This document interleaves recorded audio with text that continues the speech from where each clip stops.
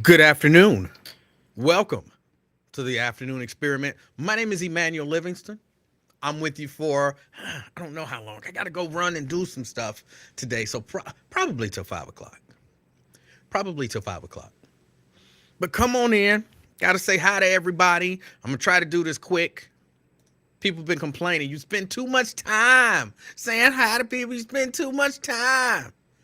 Nobody actually said it like that. That's my complaining voice. I'm on here watching Wyatt at the same time as I'm, preparing to go on the show. And let me get to the highs, to the hellos. Robert Willis, good afternoon. Preston, good afternoon. Avondale in the house, representing North College Hill. Maria, good afternoon. Representing downtown. Terry, good afternoon. Representing Westchester. All right. David, good afternoon. Representing Kentucky. Sabrina, Brini, what's up? What's up? Representing Avondale. I almost said it. I don't know why you typed it like that. I'm mad at you now. Representing Avondale, Myosha. McConnell, what's up? Good afternoon. Phyllis, good afternoon. McConnell. You got to talk about it. And we're going to get there. Let me see. Did I already say Phyllis? No, I saw Phyllis. Representing Dallas, Texas. Brent in the house. And representing Fairfield. Brenda, good afternoon to you too. Good afternoon. Okay, that's it. That's it so far. So I know, some of y'all still, some of them, because y'all here, but some of them are still watching Wyatt. Very compelling show. If you missed Wyatt Live today, I suggest it's one of those shows you go back and watch. I even said it on the show. I didn't call in, but I, typed in the chat. I said, I don't even want to do a show today. I really just want to replay this. I really just want to replay this show. Because, I would say I agree with probably 98% of what he said today. And that's a strong 98%. The other 2% wasn't that important. Of course, he was talking about and I couldn't do this show without talking about it. No self-respecting black talk show, podcast, whatever host in Cincinnati anyway could do a show without talking about what happened downtown, West End, I guess. They make a distinction. To those of us who didn't grow up down there, you get in the car. If you go to the West End, you going downtown. You know what I'm saying? You're going to over the Rhine, you going downtown. So for us, all of that is downtown. All of that is downtown. But they make a distinction. This was the West End. This is OTR. This is it's all downtown. Now, let me say this. I am not a street dude, right? I didn't grow up in them streets. I didn't grow up really in any streets. I grew up in Avondale. And apparently it was some rough stuff happening in Avondale when I was coming up. But I didn't really know much about it. Some of this, if you watch Wyatt Live, some of this is going to seem like I'm rehashing what Wyatt said. But again, I agreed with him. When you agree with somebody, you just put it into your own words. I wish I could use his words because I thought he did a very powerful show today. But I grew up in Avondale. And I didn't know about all of the bad stuff that was happening in Avondale. You know why? Because my mom and them. If I would have got involved in any of that, this is going to sound crazy. I know it do. It sounds crazy. But if I would have got involved in the bad stuff happening when I was growing up in Avondale, I would have been less scared about what was going to happen to me in them streets in Avondale than when I came home and mama or daddy got a hold of me. That's just the truth. I think I told y'all this story once before. Me and my friend, we went up to Clifton Elementary School. I don't remember. School wasn't in. But they had, for whatever, they had thrown a whole lot of perfectly good toys away. A whole lot of perfectly good toys away. And, I don't know. I think he looked in the dumpster and he was like, look at this. And I went and looked and I was like, oh my goodness, those are perfectly good toys. I don't know why they threw them away. But so he got in there and he was, debating what he was going to pull out and take home. Because again, they were perfectly good toys. And I guess somebody called somebody that there was some kids out there, digging through the trash. I did not dig in the trash. Don't put me in there with Marcus. I did not dig in the trash. Let me finish the story before you judge me. But there was somebody called somebody and said, hey, some kids digging in the trash. The next thing we know, police pull up. First thing I thought. Because I wasn't really concerned. I was a young kid. So I wasn't really concerned about, getting in trouble for stealing nothing because they had threw it away. But the police come up and, got to talking to us. First thing I thought was, if the police bring me home,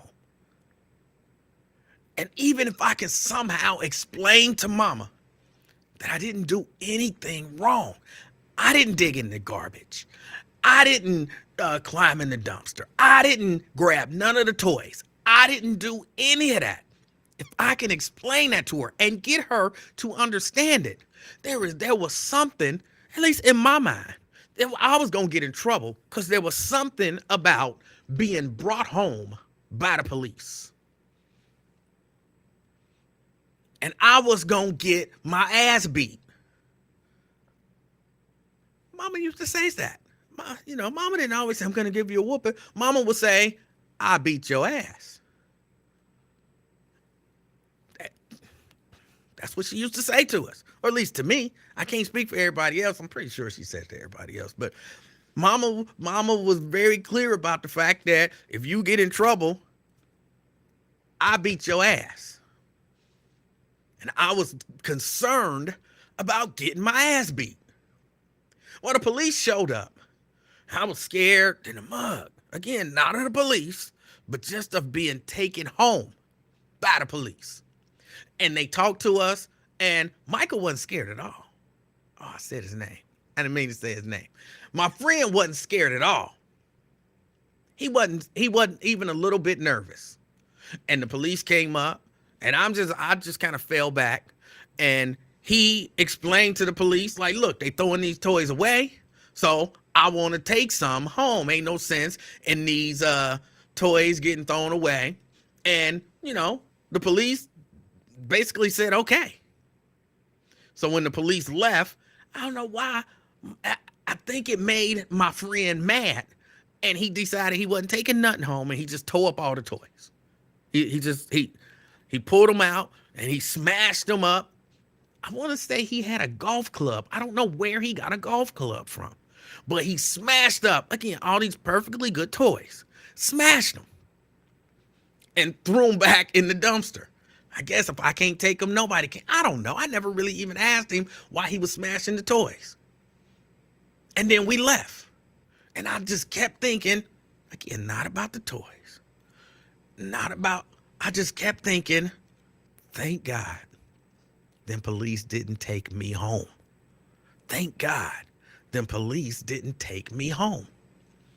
But again, my friend wasn't worried about the police taking him home. That didn't matter to him. I remember when he got brought home by the police at some point. There was nothing there. Like, he wasn't like bothered by it or vexed by it. I don't even think he got put on a punishment. They used to get put on punishments. I don't even think he got put on punishment for it.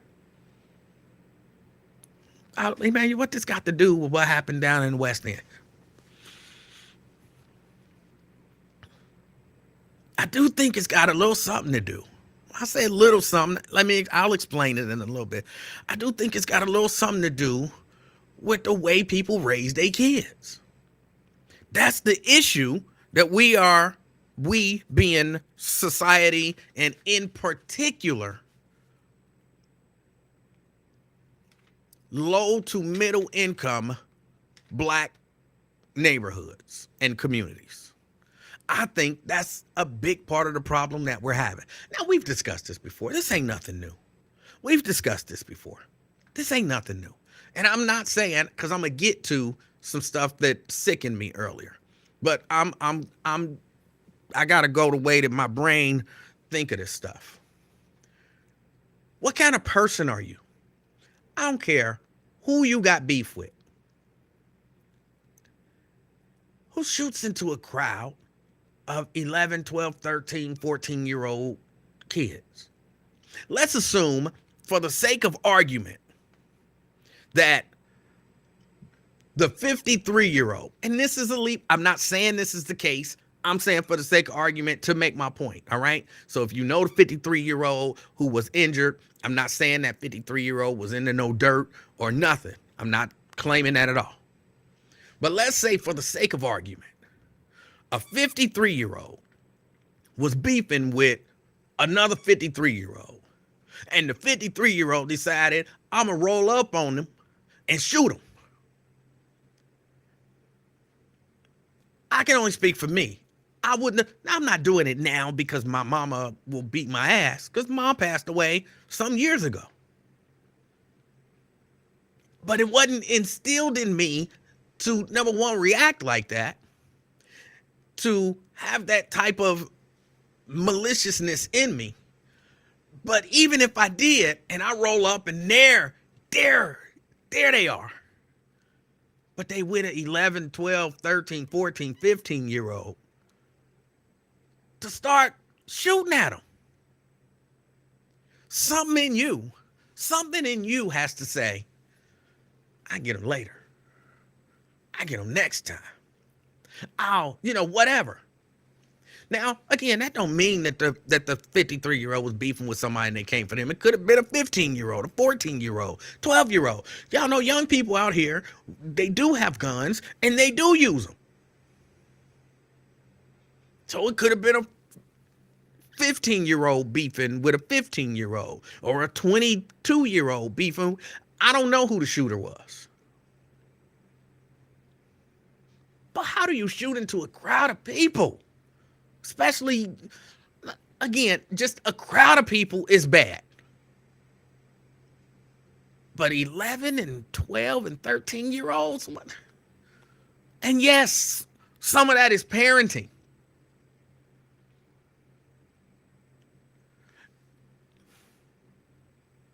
And here's what I'll say. I can't imagine when either of my children were really any age, even right now, I know how I raised them.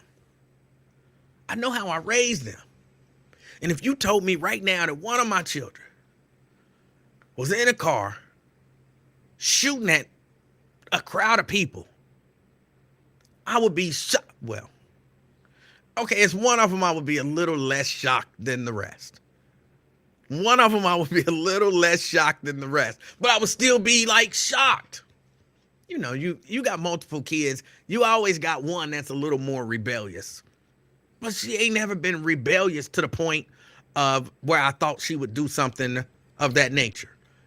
And I believe that comes from the way you raise your children.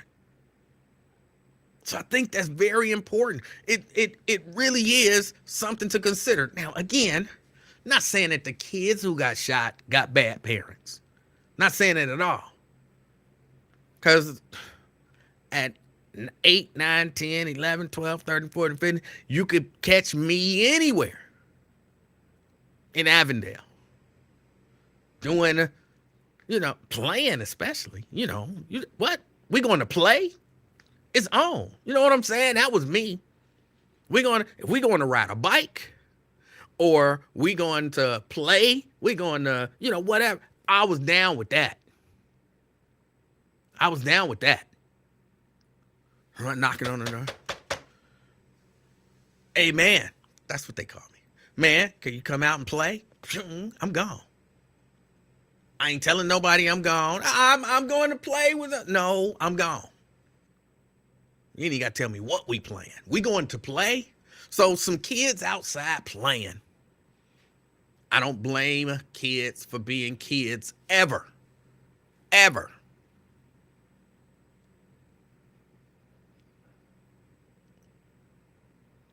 But some of the responsibility for, oh, somebody don't know. Somebody don't know. What was it? Friday night, apparently somebody came through in the West End. It was people outside and they opened fire. They say 22 shots fired in rapid succession, unleashed on a crowd of people. 6 people were hit. 1 person was killed. An 11-year-old was killed.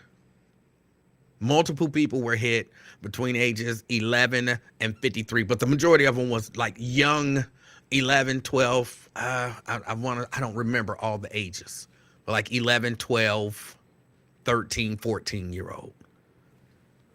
Might have been like a 15-year-old in there and a 53-year-old, in case you didn't know what I'm talking about.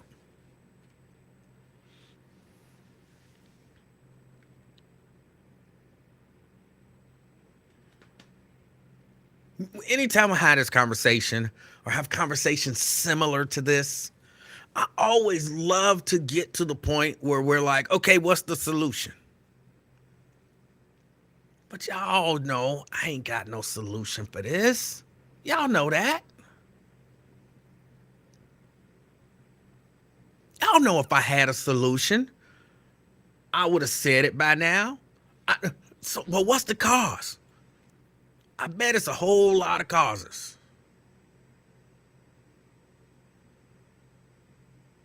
I bet it's a whole lot of causes that I don't know nothing about because I ain't never been a street person. I ain't never been a street kid, a street dude, or now a street man. I've never been one of those people who were, so enamored with whatever destructive culture that I felt like I had to be a part of it. I've never been. So if you ask me what makes someone gravitate towards that, I don't know. I don't know. Again, I was listening to Wyatt. And Wyatt was like, hey, some of it is just, you become one of them dudes, you get like instant respect. I could see that.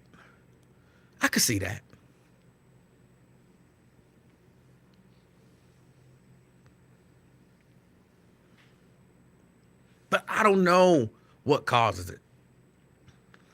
I'll tell you what I don't believe causes it. Guns. Well, hold on, let me halfway take that back. Guns is a part of it. Guns are a part of it. If you don't have the guns, it's hard to, it'd be hard to do a drive-by knife throwing. You know what I'm saying? And, hit 6 people, killing 1. That would be difficult to do. Oh, he got a knife. That would be difficult. So guns play a factor, yes. But, and guns existed when I was around as a kid. I had an opportunity to, put my hands on a gun as a kid. I didn't. I mean, I did, in Alabama in a hunting sense. Actually, that's not true. I didn't actually, when I was in Alabama, I had opportunity to put my hands on a BB gun and shoot it. A very powerful air rifle. But I didn't actually get an opportunity to shoot a gun, even in Alabama, in the hunting sense, until I was an adult. I probably could have, but I didn't. So are guns a part of the issue? Yes. But you can't put it all on guns. You know how many people have guns and don't go around shooting at people that they got issues with? And because we don't know the details,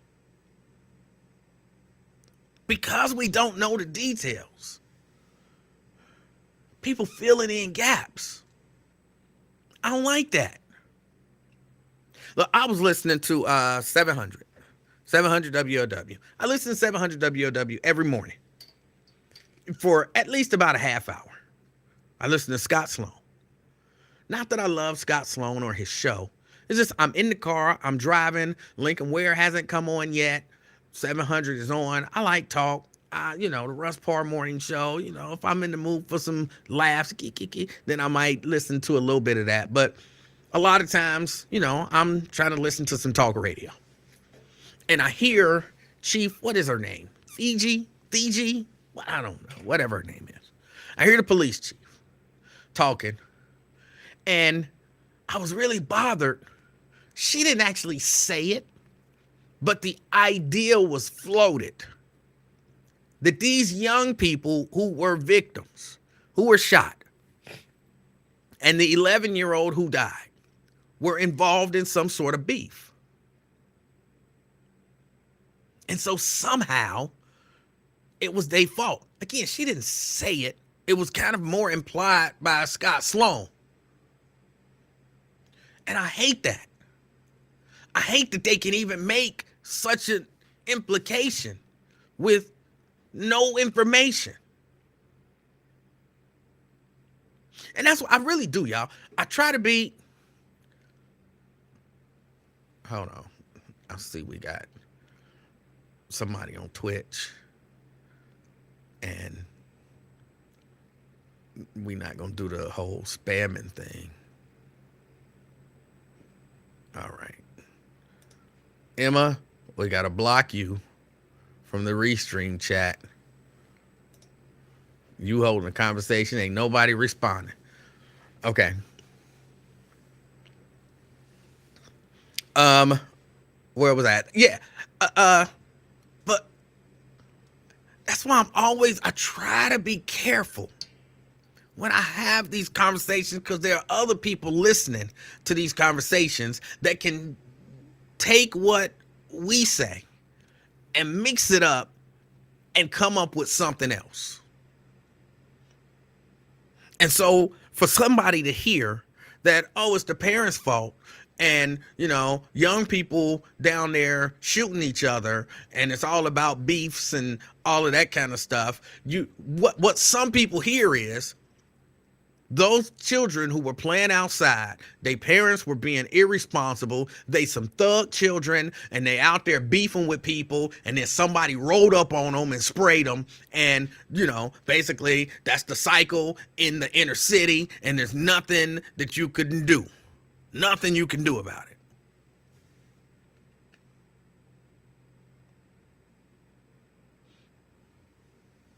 And that was the direction that it headed on 700. So that's why I'll be like, I don't want to just say a blanket, oh, parents this and parents that. I don't think that they said it was a 11-year-old who drove by and did the shooting. They basically saying that was an adult.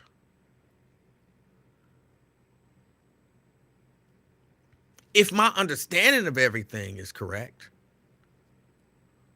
they basically said that was an adult male.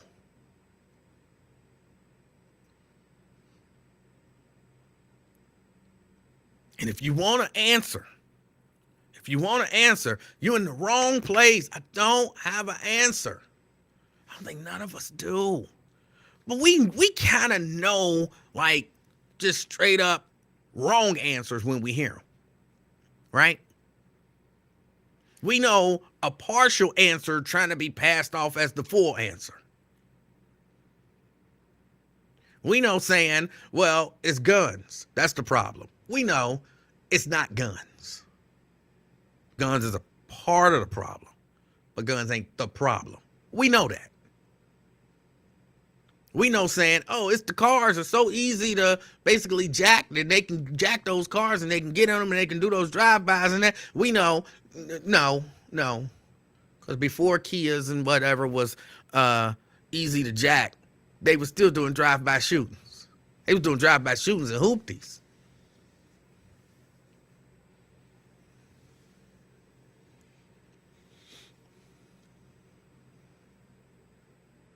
So we know, some of this stuff ain't real and some of this stuff ain't true. Okay, we do know, well, they just need jobs. They just need jobs. And let's be honest.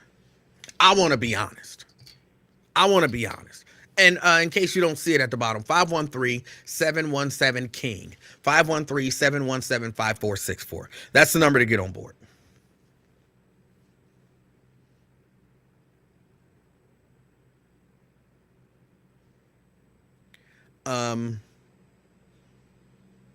I want to be honest and say, I don't want to, necessarily stereotype, which I don't think I'm doing, because I'm not saying everybody. But there is a certain segment of the population that just ain't going to act right. They don't want no job. You can go and offer them a job. They don't want a job. They are, I was about to say addicted. I don't know that I want to say addicted. They love that life. They live that life and they love that life until they don't, if they ever don't.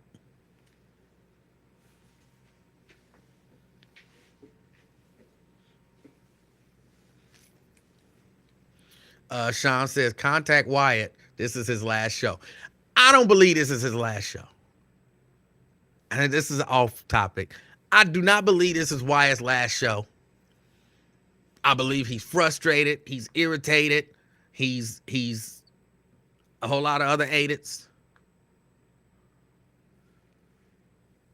But he, like he said, he gonna go sit on the beach. He gonna relax. He gonna get in, watch the game, get back into the swing of things, and he'll be on tomorrow, frustrated and irritated and agitated and all the other edits. And he'll be back. I do not believe this is his last show. So, calm down. Calm down.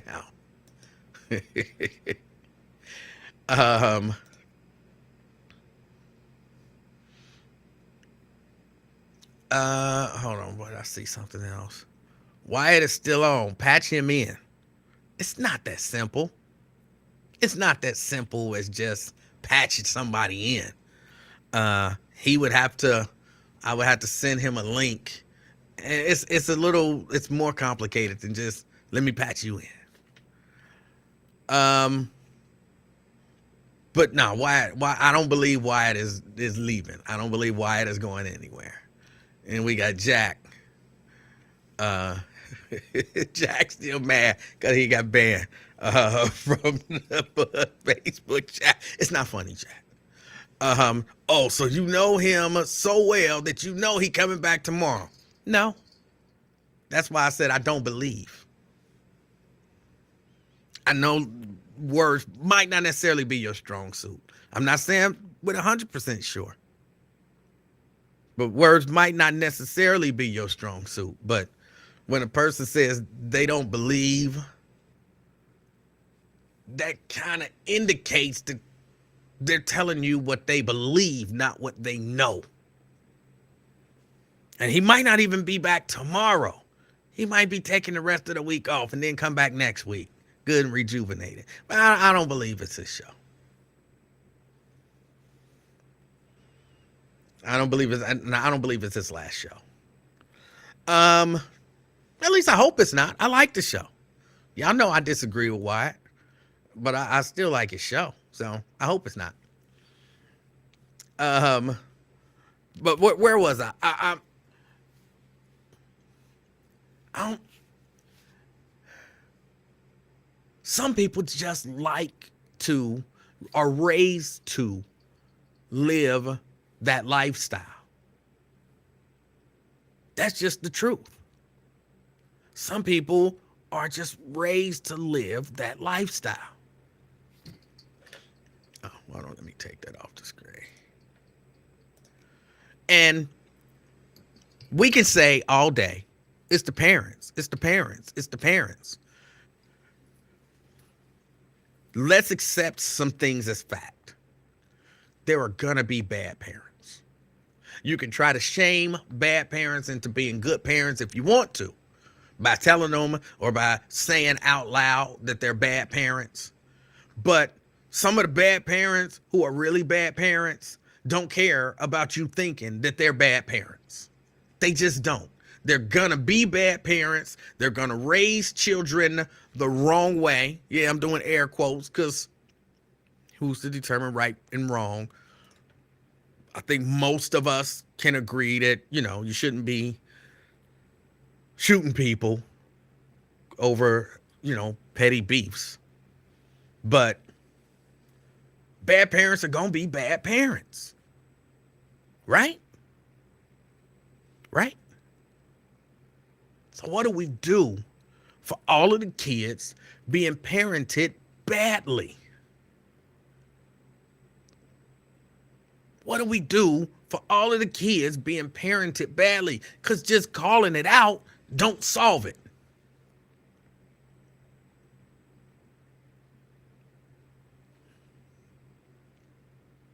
Now, I think I've told y'all what I try to do. I told y'all what I try to do.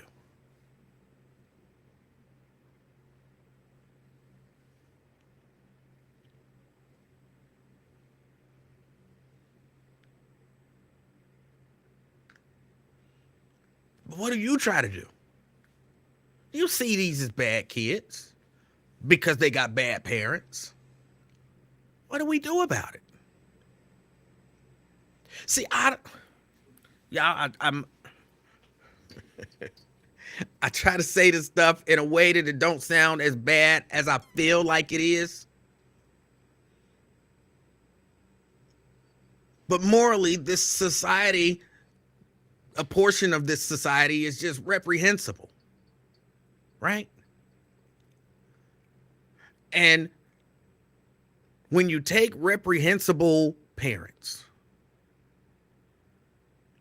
because here's another thing Wyatt said. Wyatt said, look, if you can't, take care of your kids when you're talking about poverty and all that stuff, then don't have kids. And I agree, but that's so easy to say. I mean, it's easy to do, but it's easy to say. But the people out there doing it is still gonna do it. And the people out there, having unprotected casual sex with each other, they're gonna be out there having unprotected casual sex with each other. And they're gonna ejaculate. They're gonna get ejaculated in. And some of those are gonna wind up with a pregnancy.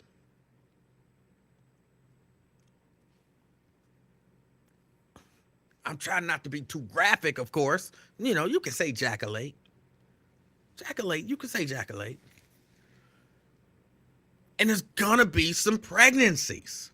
Some unexpected and unwanted pregnancies. They're gonna happen. If you can't take care of your baby, don't have a baby. I agree, but that's easy to say. And then those people are gonna have babies that they either don't want or don't expect and they're not ready for. And again, if we're talking about bad people, y'all, there are bad people out here.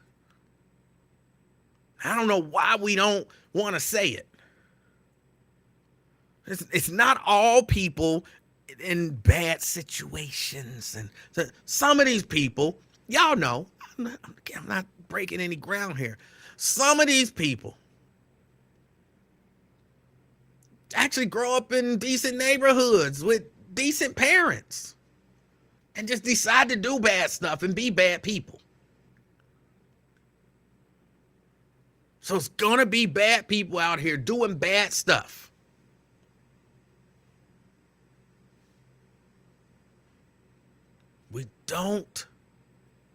There's no solution. Just to be honest, I know I'm sounding defeatist, but that's the truth. There is no solution. I know if we just educate them, it's some very educated thugs, for lack of a better term, out there. I knew a couple. Like really, really intelligent. Passed proficiency tests and all that good stuff. They just wanted to live that life. It looked good to them. So they wanted to live that life.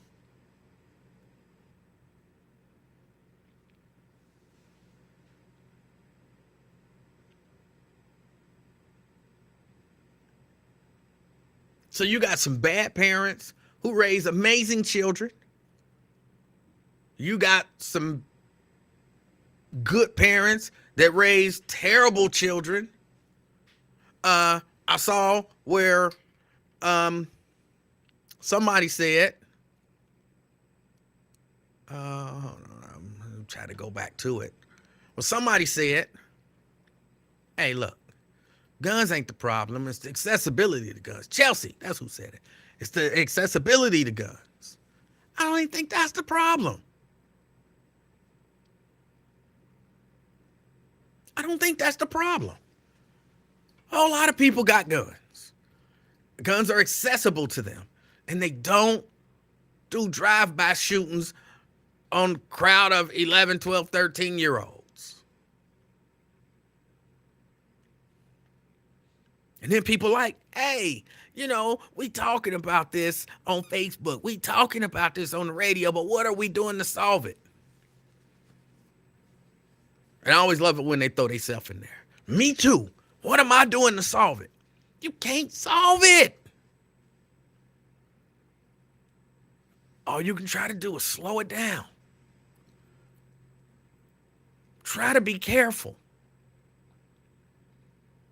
Try to make sure that, you stay out of harm's way, the people that you love stay out of harm's way, and maybe you can pull somebody out of harm's way.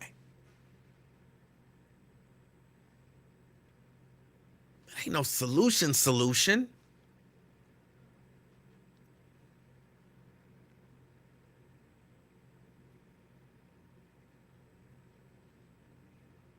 I'm being negative, ain't I? I'm being negative. Because nobody is supposed to say it ain't no solution to this. Nobody's supposed to say that. Everybody's supposed to be positive and say, what's the solution? We can come up with a solution. Everybody's supposed to say that. I'm just trying to be honest.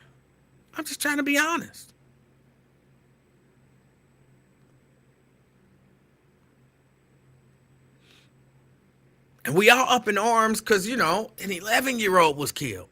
And that's reasonable. Look, the reason why people not talking, you don't hear this conversation every time there's a shooting, every time somebody get killed, is because certain things tug at people different. Look, the media is, to a large degree, no different than you and I. You don't share everything you hear, even when it's bad. You don't talk about it, spend time dwelling on it. But some stuff catch your attention and you like, oh, that's bad. We got to tell the people. This is the media. This is bad. We got to tell the people.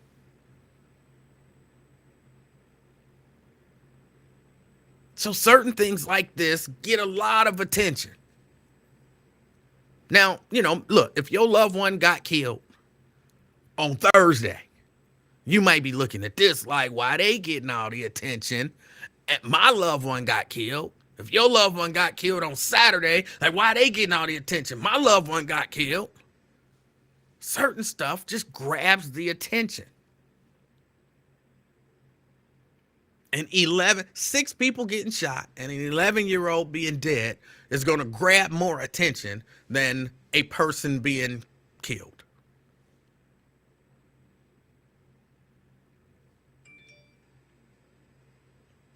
That's just the truth. So I hear all of this, all of the chatter. And it's crazy to be like, I agree with you.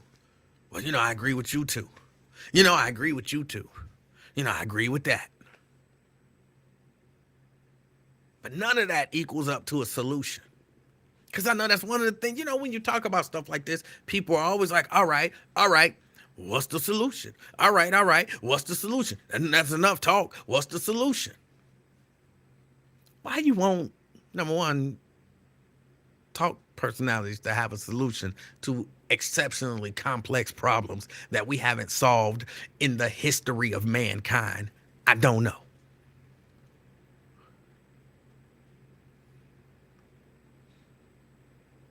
I don't expect the mayor to have a solution to violence. I wish they would stop promising they got one. Stop promising that you're going to end violence in the community. Stop telling us that. It's not true. It's not true. And people hear it and they fall for it. Stop saying it. If you stop saying it, then people will stop criticizing you when it happens. But it's just one of those things they got to do. They got to do it. They got to say, hey, if you elect me, I'm going to cut down on violence in the community. They got to say it. You can't run for office and say what I'm saying right now. You just can't do it. Not and expect to get elected. I want to be your mayor. All right. So here's what I want you to here's what I want you to do. Vote for me. All right. What you gonna do about crime? I mean, we have police out there like we normally do, but we can't prevent crime. Y'all gotta prevent crime. I don't have a solution for crime in the neighborhoods. I would love to see crime stop, but I can't stop people from shooting people. That's a human issue. I'm trying to be the mayor of Cincinnati. I'm not trying to solve the human issue in the world. Like, what did he just? I'm not voting for him. He just said he ain't gonna do nothing. So they can't say that.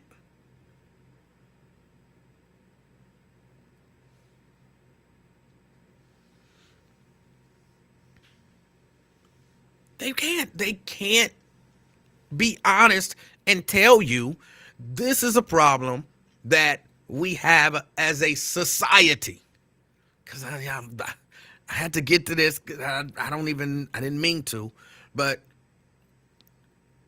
black people ain't the only people who kill people who look like them. This is an issue in white communities too. You don't believe me? You don't believe me? Ask them what was their names down in Ohio. We just had this huge trial where they was killing each other with the Roden family or something like that.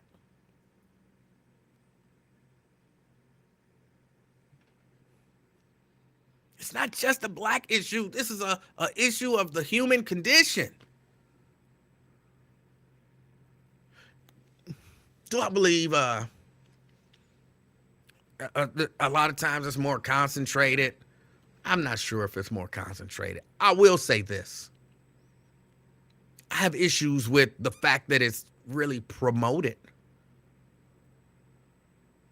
It's promoted in our movies and music and, just entertainment in general. That I have a problem with. But I can't say that it's not in other music. I'm not one of these people. You have these people who are like, I love all music. I listen to everything, country and classical and rock. And I'm not one of them people. I listen to the stuff that I listen to. So it's easy for me to say, well, I don't hear that stuff in the rock music. I would imagine, though, that there's some very violent rock music out there that encourages. I remember, this was a while ago, an isolated incident, but I remember watching MTV and one rock and roll dude was challenging another rock and roll dude to a fist fight. Like on MTV. I don't know if he bought time, if he did it during an interview, but he had a piece of paper and he was literally reading off with a piece of paper like, John Bon Jovi. It wasn't John Bon Jovi. For whatever reason, that's the name that popped into my head. John Bon Jovi, I challenge you to a fist fight. You said so many things about me. I'm getting tired of it, and I challenge you to fight me. And I'm like, what? They airing this on MTV? What? And he's reading. He's got a prepared statement challenging somebody to a fight.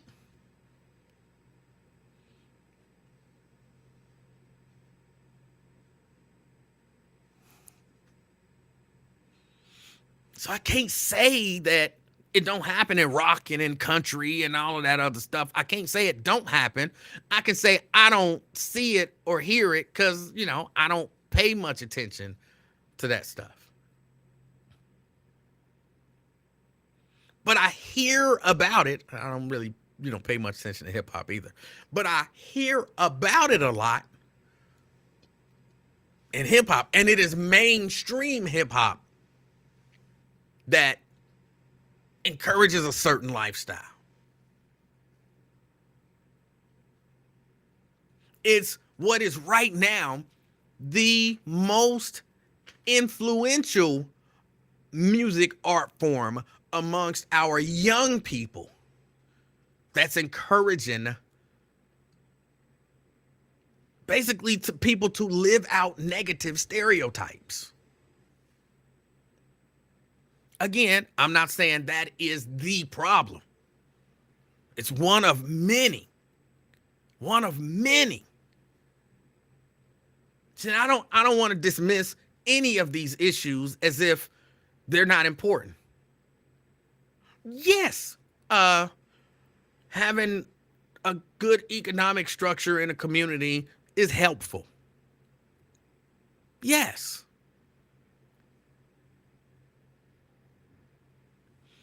D says white kids buy and listen to hip hop the most. Not the point. They don't see themselves in it.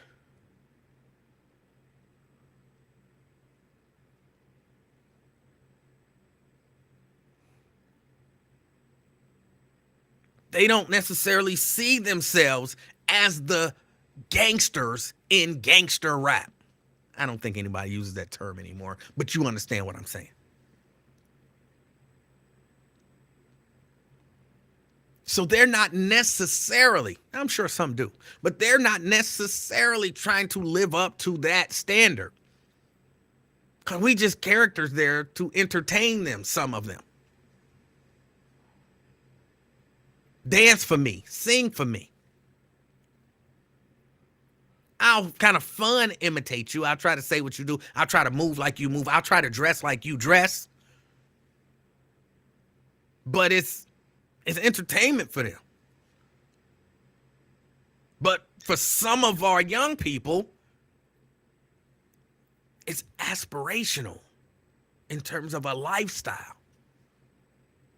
And not even the wealth part of it necessarily.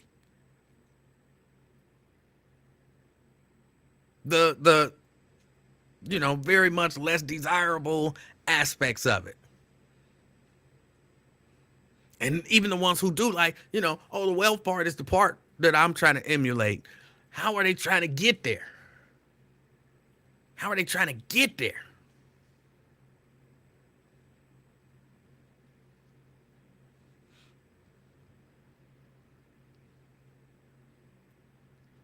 Sure, some of it, I'm sure.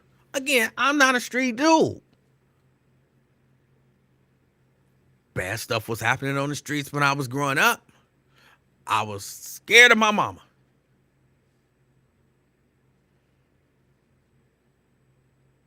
So I didn't do nothing with it. I didn't look at the boys, the big boys. Because I'm talking about when I was a little boy. 2nd, 3rd, 4th grade. I'm talking when I was a little boy. It was bad stuff happening in the streets. I mean, technically, I saw it. I knew who the bad boys was. I knew who they were. You know what that meant? Stay away from them. My friend, on the other hand, his brother was one of the bad boys. He kind of looked at that, again, aspirationally. When I grow up, I can be like them. I looked at it as more of a warning. When I grow up, I'm definitely not going to be like them. Because my mama will kill me. Yeah, I keep saying that. And I'm not even playing. Like, when I was a kid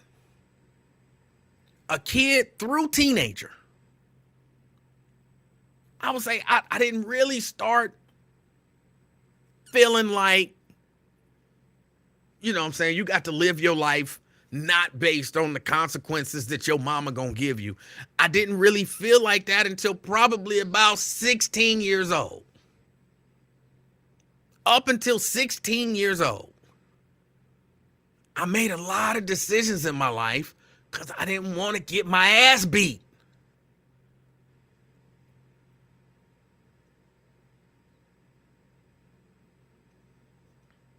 And I think what happened to kind of change that is when I was 16 years old, my mama literally tried to beat my ass.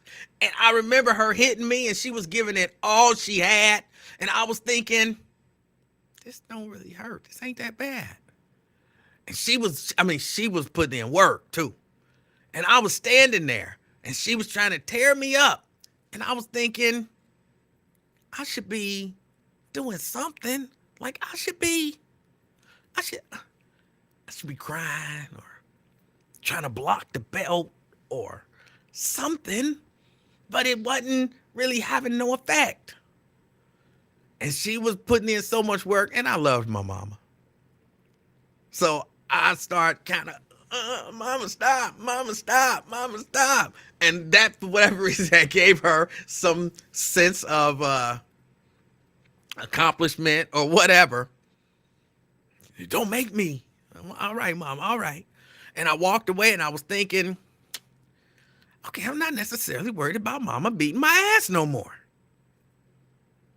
I never told her that. Like, for real, to the day my mama passed away, I never shared with her that last whooping didn't do a damn thing.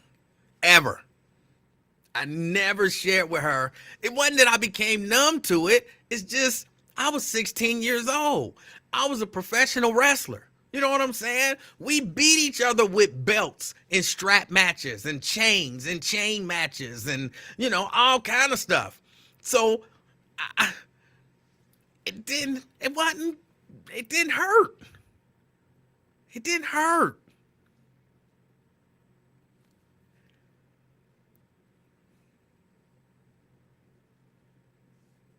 Well, the refrigerator whooping, I was very young. I was very young for the refrigerator whooping. But for the last whooping, I had to be 16 years old. And it just didn't hurt. I mean, I'm a grown man now. The biggest grown man can come up with just a regular old leather belt and start hitting me. It ain't gonna feel good, but I ain't gonna be crying like, you know what I'm saying? I'm gonna be like, and why you hitting me? What's wrong with you? We fighting.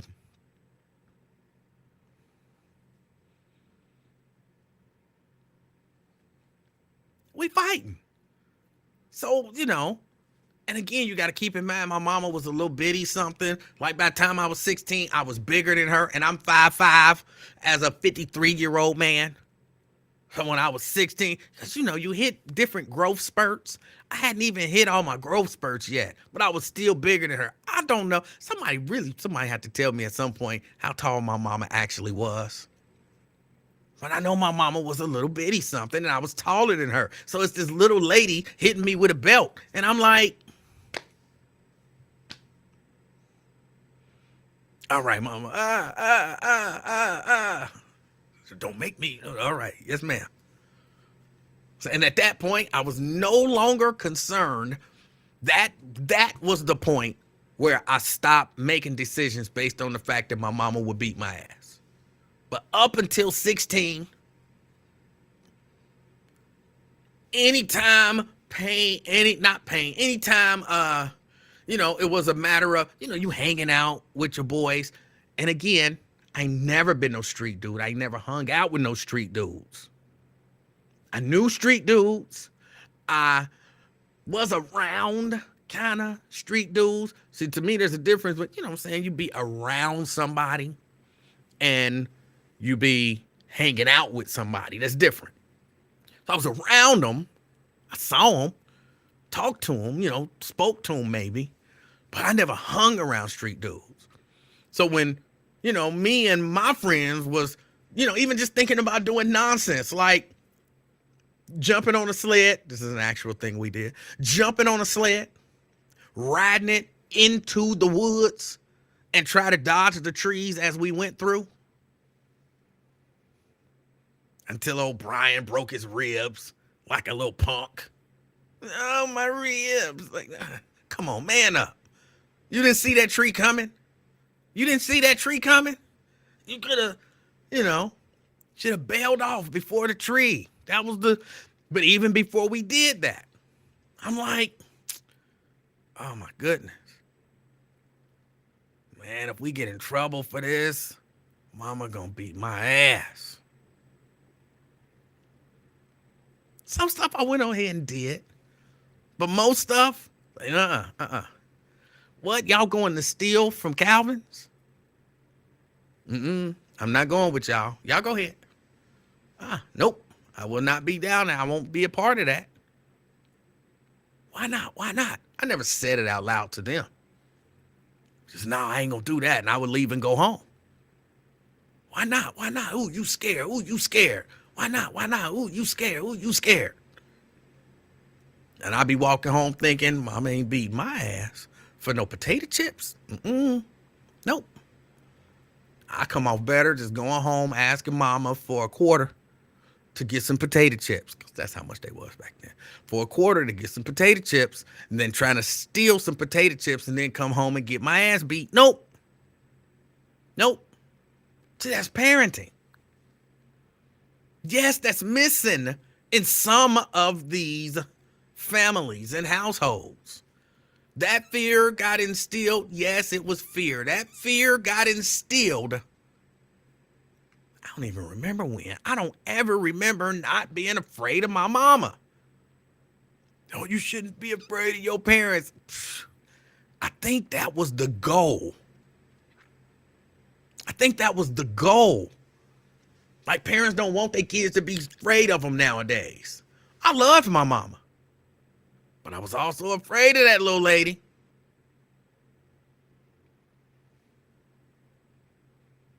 We don't have that. Like, that whole mentality about parenting has changed. Like, no, you don't want your kid to be afraid of you. That's bad parenting. No, you don't want to put your hands on your kids. That's bad parenting. Turn it around. Think about it differently.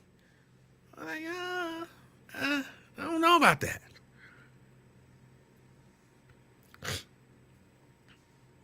So there's so much to it. And when you add it all together, along with a healthy dose of, I don't know. Yeah, you get an 11-year-old shot. And all a lot of us can say about it is, that's sad. My heart go out. You know, all of that kind of stuff.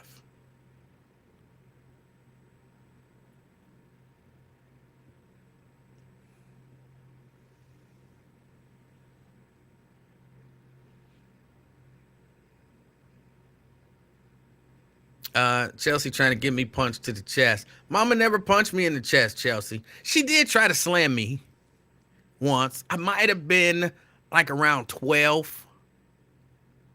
And she grabbed me and she was trying to throw me down. But I had just taken some wrestling classes. Are you like 12 in junior high? Because it was, I had just taken some wrestling classes. And so I was wrestling. And she tried to grab me and throw me down, and I didn't let her. And then I went on ahead and, let her throw me down. She never punched me. She did throw me down that one time. I don't remember what I said to her. I might have said something. I might have deserved it. But she never punched me.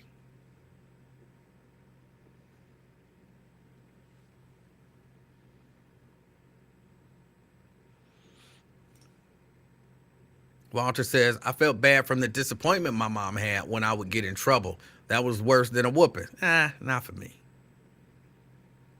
Not for me. The whooping was the whooping. The whooping was the whooping. And I'm so disappointed in you. And because keep in mind, I never really tried to do anything wrong. Anything that I did wrong was like a slip. Like, You know what I'm saying? I cussed in front of her. I didn't intend to cuss in front of her. I just cussed. That's why I don't cuss now. I just cussed. It slipped out. So she said, oh, I'm disappointed in you. I'd have been like, I'm a little disappointed in me too. I'm disappointed thing. My daddy used to try that. You know, son, I'm disappointed in you. And I used to be thinking, I wouldn't say anything because I wasn't stupid. But I used to be thinking, I'm disappointed too that I got caught. I'm disappointed that I was never moved by, oh, I'm disappointed in you, son. I never thought that you were the type of person that would do something like that. I'm disappointed too. But when he would grab that belt, woohoo, ooh, you didn't want none of that. Or, switch or 2x4. You didn't want none of that. But the point is, there are so many different issues going on. So many different issues going on that, when people try to pinpoint one, that's probably a part of the issue. I mean, you can run them down. What? Bad parenting.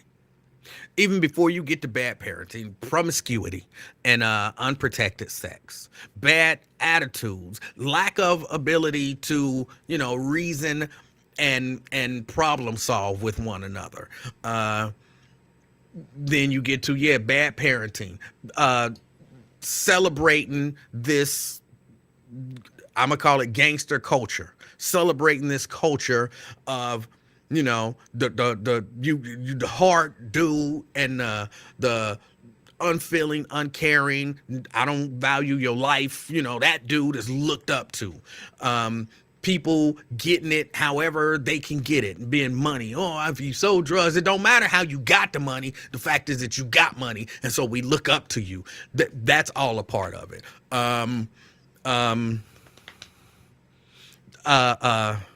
Lack of finances and opportunity. That's a part of it. Yes, racism is a part of it. The way people are treated in communities, including by law enforcement, but just how the city shows certain parts of the city that we don't care about you, but we really care about you. That's a part of it. Low employment and wages is a part of it. Not necessarily for the dudes and girls out there who don't want to work, but if I'm trying to raise a family and it's hard for me to make ends meet, that becomes an issue because maybe I got to work 2 jobs, and so my child has to be at home alone a part of the time and be out there getting negative influences that if I was with them, they wouldn't get. Mary says not receiving love. I was kind of lumping that in with bad parenting, but yes, not receiving love there's so many. There are so many, and that's just scratching the surface. Lack of education. Yes, that's a part of it. Low expectations. Yes, that's a part of it. Like, if you pause for 10 seconds, you could probably think of one. You could think of one. And your answer is no worse than my answer. It's no less valid than my answer, unless, of course, it's really stupid. Sure, the proliferation of guns is a part of it. Sure it is.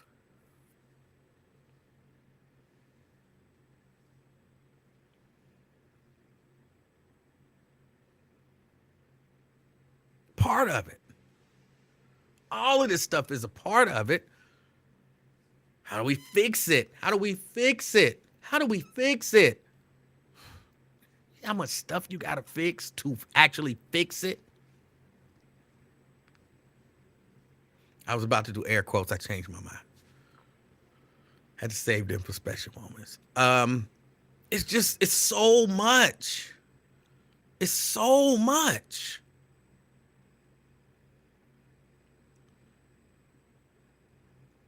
And then you put it all in a pot, you bring it to a boil, you stir it up, and you let it simmer. And as it simmers, out of that, you get certain results. And one of them ends up being, sadly, an 11-year-old dead.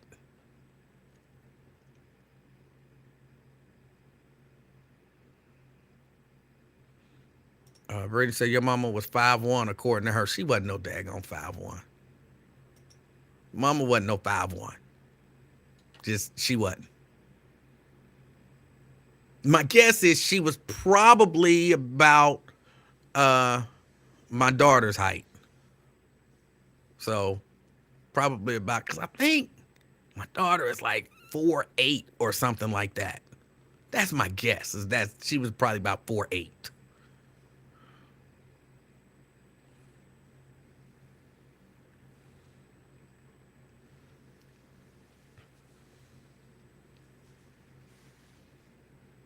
So I don't know, y'all. I don't have an answer. I don't have an answer. But I know that sometimes listening to just the indignation of somebody who's fed up.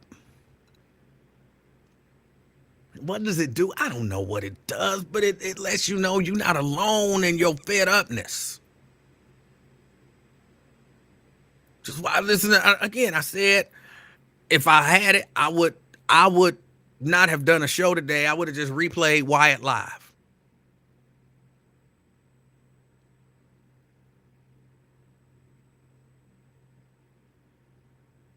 I'd have just replayed his show. Because he said it. He captured it.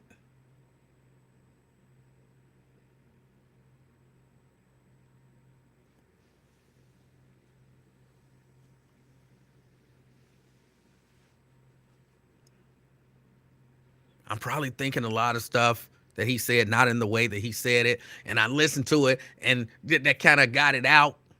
Like, now I don't have to say it because he said it.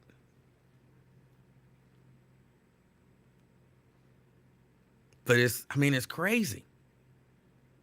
And yeah, he talked about AvTab coming to, oh my goodness, here's another one we gotta block, add it to the block list. I don't know what's going on over there on Twitch. The people over there on Twitch is going bonkers.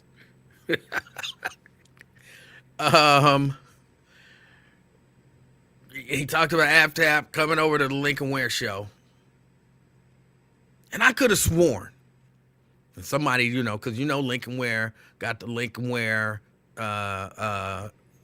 D-Riders. And so the Lincoln Ware D-Riders about to get mad. Because, you criticize Lincoln Ware. That's like Jesus. You don't criticize Jesus. But I thought I heard Lincoln say that when AvTab came, he was going to take questions. But AvTab came, feel like he talked for 7 minutes, and then he left. No questions. No real questions about anything. Like, nobody even asked him, like, how did you forget who your treasurer is, dude? How did you forget who your treasurer is? You can ask, how did you forget who your treasurer is without getting into, you promoting issue 22. But tell me if I'm wrong, wasn't we told that he's gonna take questions? I'm like, what happened to the questions? But he came in and he said some stuff. What did he say?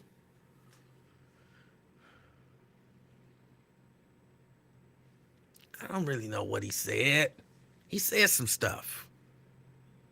Sorry, it was a horrible weekend with regard to, well, right after it was an amazing weekend. Then it was a horrible weekend. And,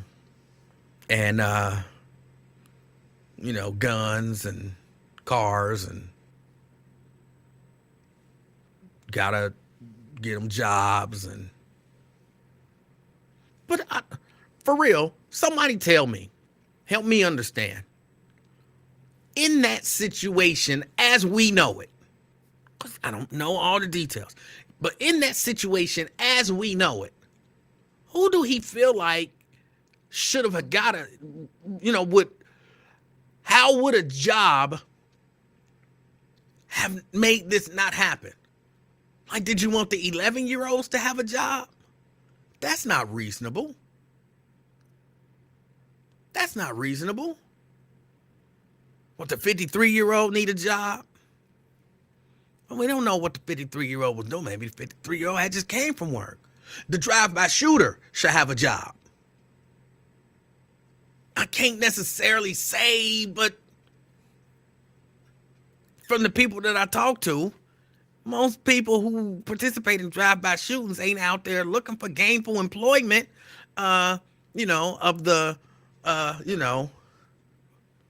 fast food variety or whatever. If I'm doing drive-by shootings, I'm probably not planning on going to the factory. Who in that situation would the job have helped? I don't understand. Nathaniel says, you can guess what happened. The general manager told him to stay away from the issues. Lincoln ain't trying to get fired after 50 years for no ninjas want answers to their questions, but he could have stayed away from the issue. He could have just asked him, like, bro, why did you say you didn't know who your treasurer was? That's not messing with any issue. That's just a simple question. Remember when you was on WCPO and they talked about your treasurer also being the treasurer of, the issue 22? Why did you say you didn't know who your treasurer was? Trust me, he could have did that. After 50 years, he know how to do stuff like that.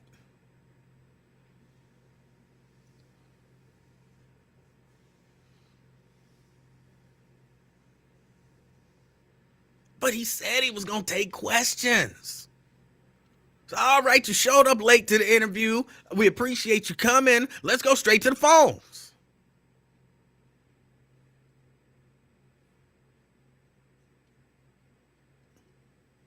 He could have done it.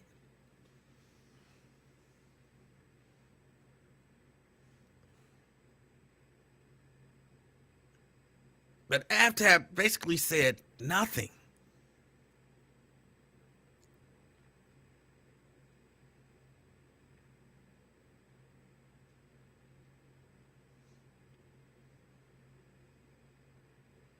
Aftab basically said nothing. He did say he visited the. Wait a minute. Did he say he visited the victims? Now I have to hold on. Some of this. I was in the throes of an attack when Aftab was on. So I was listening to Aftab, but I was also responding to attacks from everybody's favorite director. So I might have missed a little something. He said I vaguely remember hearing that he was with the victims. No. See, I'm mixing him and the police chief on 700. Because on 700, the police chief said that she spent the day yesterday with the victims. She spent the day yesterday with the victims. So I genuinely, I don't remember him saying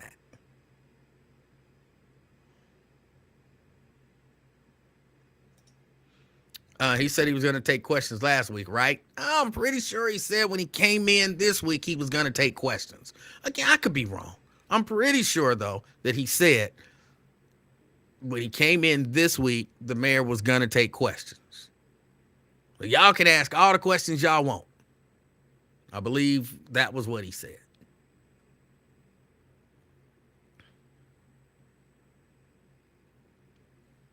And yes, he takes Rick Jr. Well, wait a minute. Did he take Rick Jr. or did I thought Rick Jr. got on with Gene Galvin.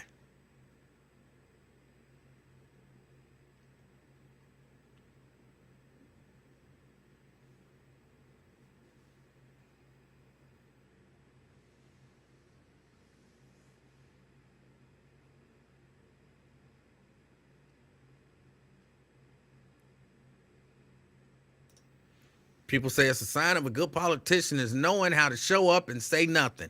Those are people who want that in a politician. But for a lot of us who are tired of politics as usual, that's a sign of a bad politician.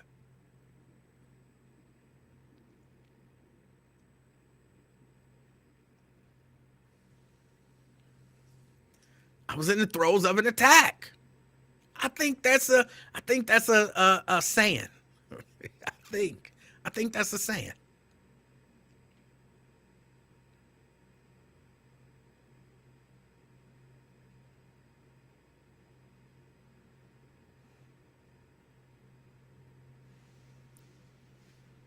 Yeah, I didn't think so. Yet nobody spoke to the mayor.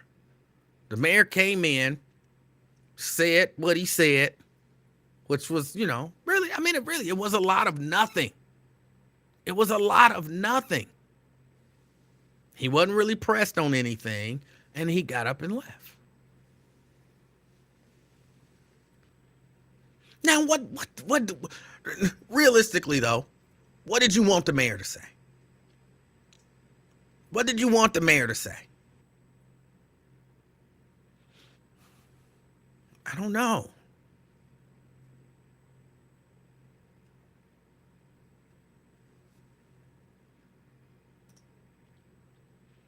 Sierra said it sounds like the legal department had pushback to the mayor even being on today.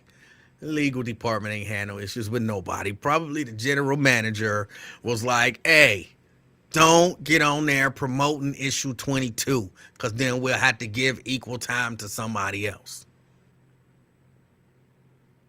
Look, I understand how it works. The general manager knows that y'all favorite talk show host will get the mayor on for 30 minutes and just let him do a 30-minute campaign commercial for 22. The general manager knows that about that talk show host. And so he probably said, don't do that.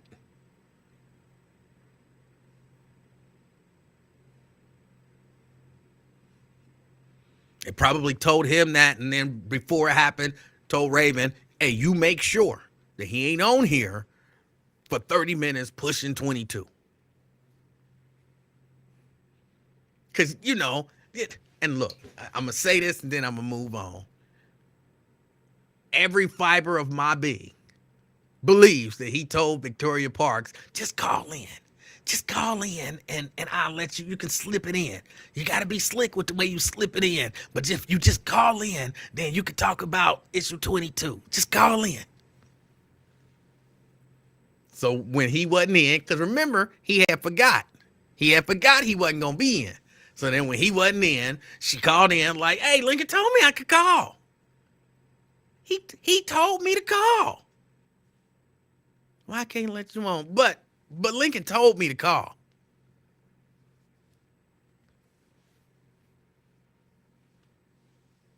I'm just telling you from my experience of dealing with certain people, I kind of have an idea of how they actually operate.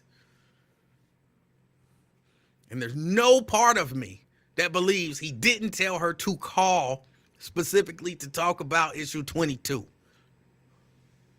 There's no part of me that believes that. Now, it might be so. I'm just telling you, there is no part of me that believes that. I'm just telling y'all.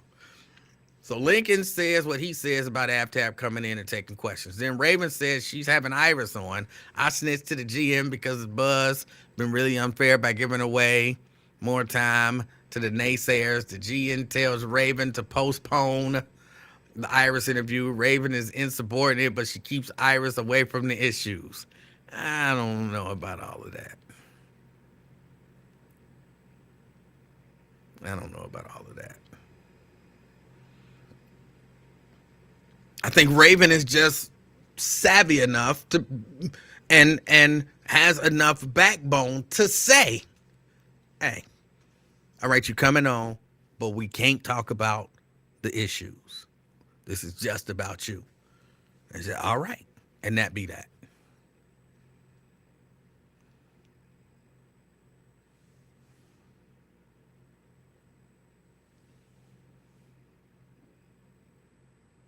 But again, I say, what do we want the mayor to say? Mary says, make the parents responsible. Okay, realistically though, how can you possibly do that?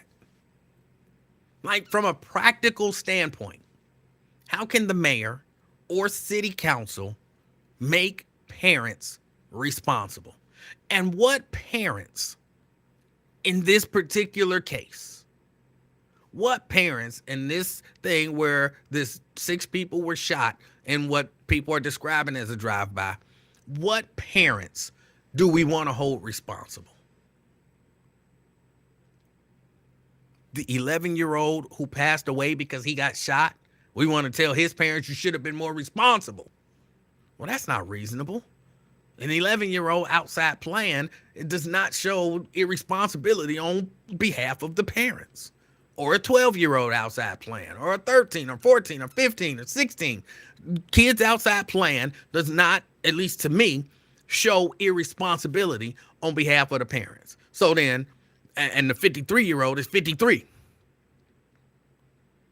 I know we're not saying that their parents should be responsible. So we're not talking about the victims in terms of holding parents responsible. All right, so the shooter. Who was the shooter? Now, if they don't know who the shooter is, like if they got credible information that the shooter was 12, all right, then you got a point there. Hold parents responsible. Why is your 12-year-old out there doing drive-bys? Why is your 12-year-old out there doing drive-bys? But if this was an adult, as they're kind of suggesting, are we holding parents responsible for the actions of adults?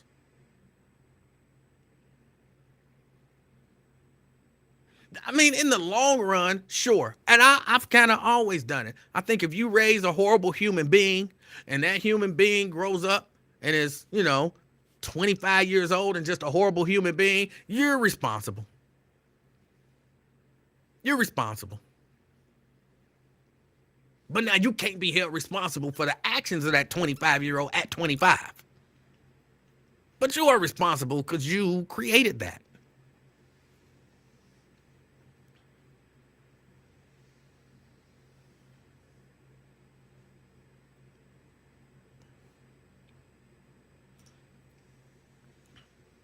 Mary says, heck, they had those kids. They should know what the kids have and know what they do. It's not the victims, it's the troubled kids. They don't care. But again, we don't know who the shooter was yet. So what parents are we trying to hold responsible right now for that shooting?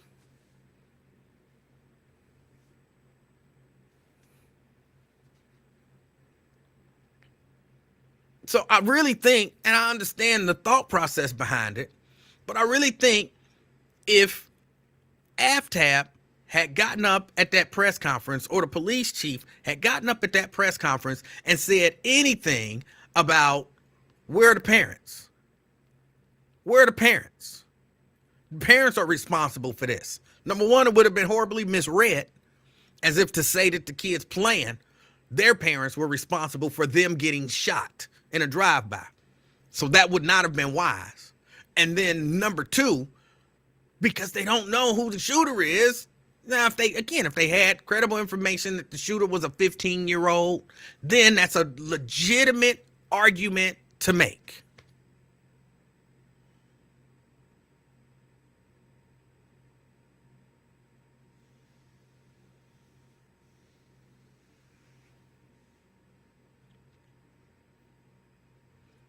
Preston says the parents are responsible last time I checked. What parents? Now, and again, I'm talking this particular portion of the conversation, I'm narrowly tailoring to the 6 people shot and horribly, tragically 11-year-old killed in a drive-by. Preston, what parent is responsible? What parent or parents are responsible for that?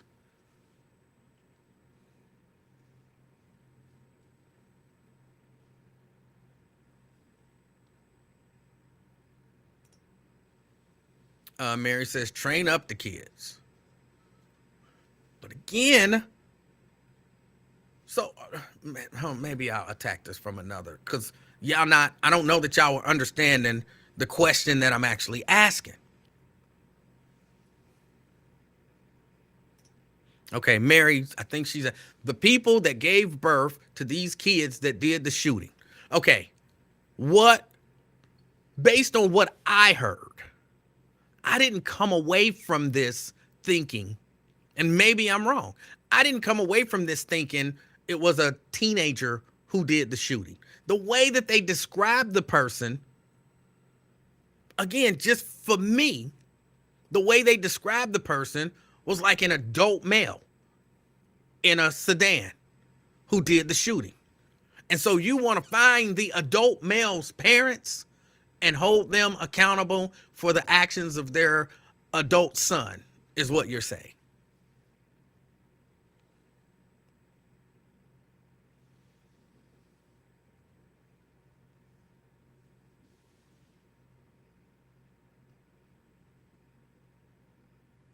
Janice says, in this particular case, one cannot blame parents. That's kind of how I feel. And to say, again, with regard to this case, because that's what the press conference was about. That's what the visit to the radio station was about this time. So to say, with regard to this shooting, to stand up there at a press conference, if any of them had said, I blame the parents. At this press conference, I blame the parents, I think they would have been out of line. Now, look, again, in general, absolutely, when you're talking about young people out there doing things they don't have any business doing, 100%, yes. Always been a big proponent of that.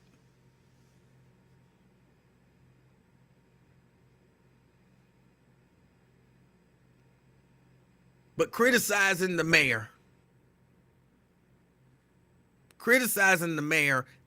in this case, and the chief, and in this case, for not calling out parents, I think maybe a little bit off base. Now, again, if you make the conversation a little bit more broad, but let me see. Let me take this call. Go there. CK. Hey, how you doing, Mr. Livingston? I'm doing good. How about you? Man, I was listening to your show, man. Did you hear your show today?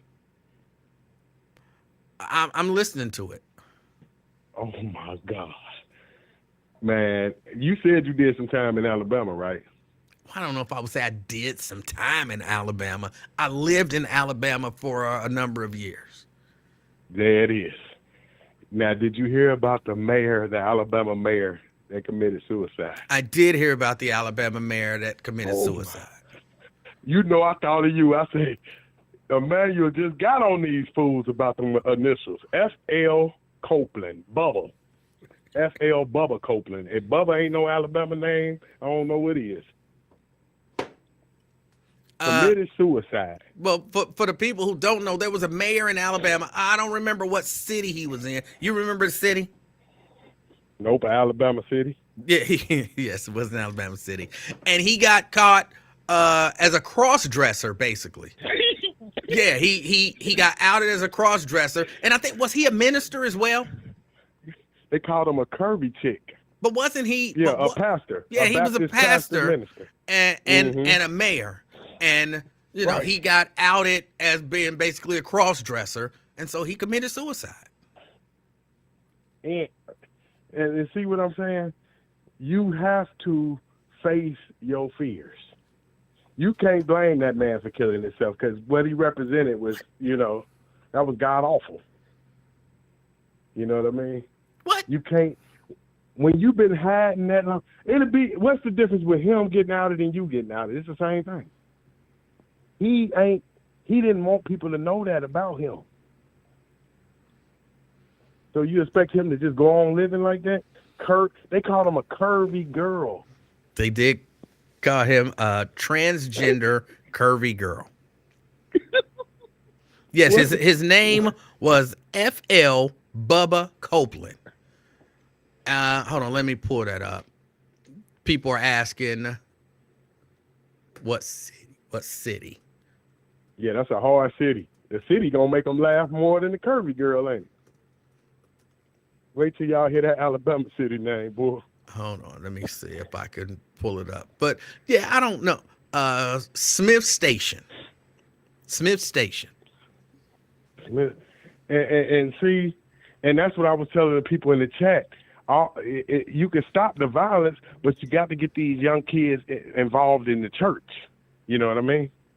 You get them in church, then they learn that killing is not the way to go, Mr. Livingston. I don't know. You don't want to see. I don't know. Again, I don't know if that's the answer because there are a lot of people who went to church, who was forced to go to church as young people, and they still gravitated, towards that street life.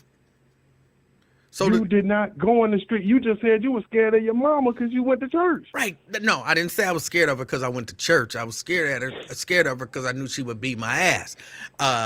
We just went to church because my daddy was a preacher and a pastor, and that was just what was going to happen. But that's not what kept me from being in them streets. You never sold crack, and you grew up in the crack era. Okay.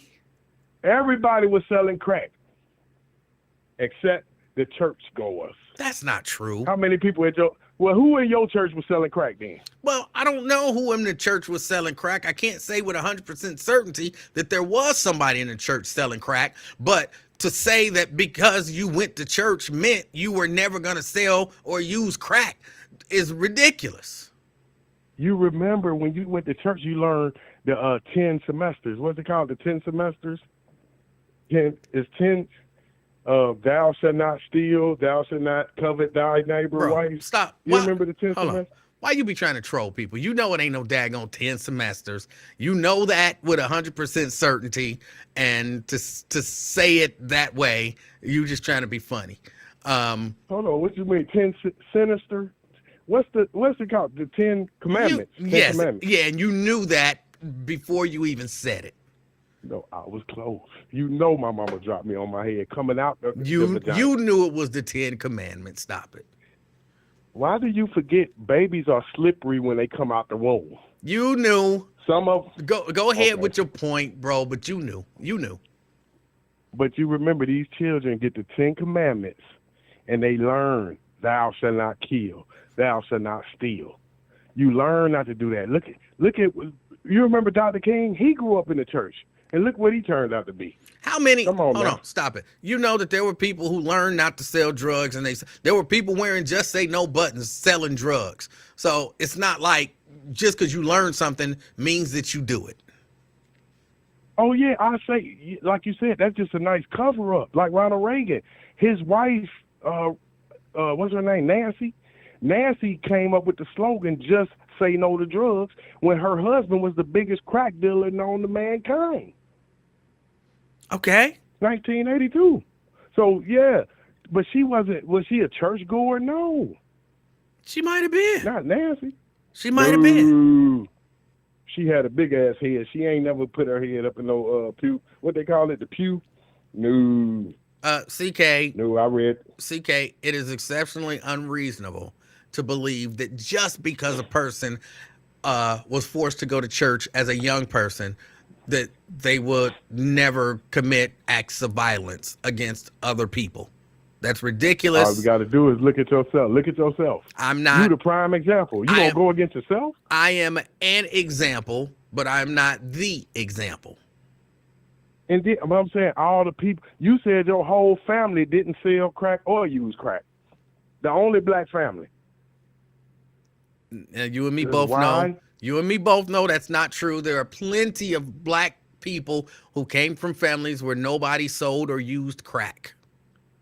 Well, if that was the case, it wouldn't be no crack epidemic. But that's not true. Everybody. That's Man, not true. You seen it. Did you use crack? every day. I mean, every day. Either selling it is just like using it. What's the difference? You sold crack?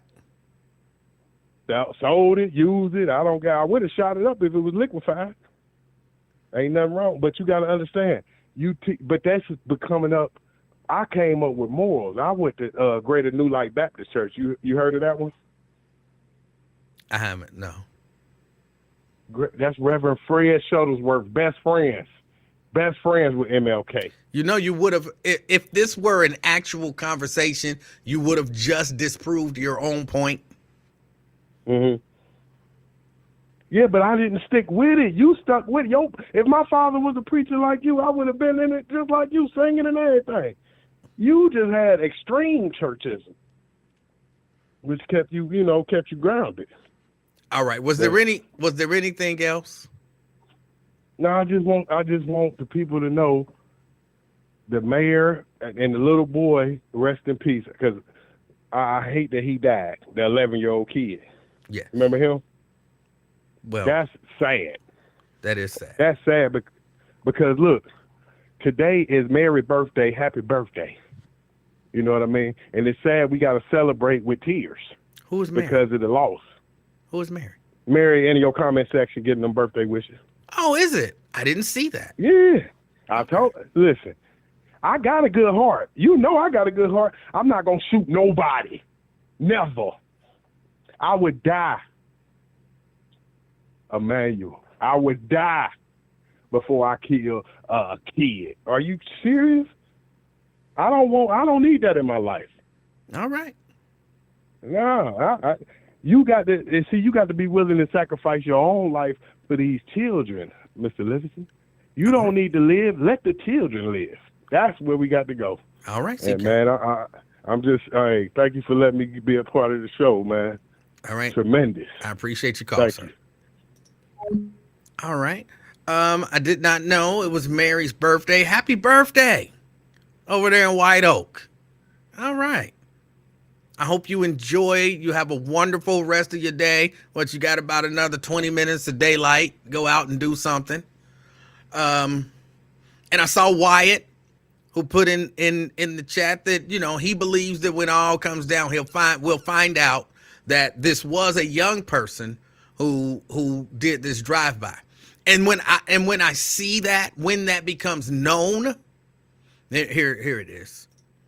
Wyatt says, I don't believe an adult man shoots in the crowd of kids. This is the act of other kids. You'll see when they catch them. And if that's the case, then let's discuss parenting. But I'm sad to say it, but I believe in 2023, an adult man would shoot into a crowd of kids. I hate to say it, but I do believe that would happen. Again, I don't know who did it, but I don't put that past some of these adult males out here. Mary, I do read your comments. I've been responding to you all show. I just missed that one. Mary says, I told you he was young. Young and, teenager are different. Young to me is like 25. That's young.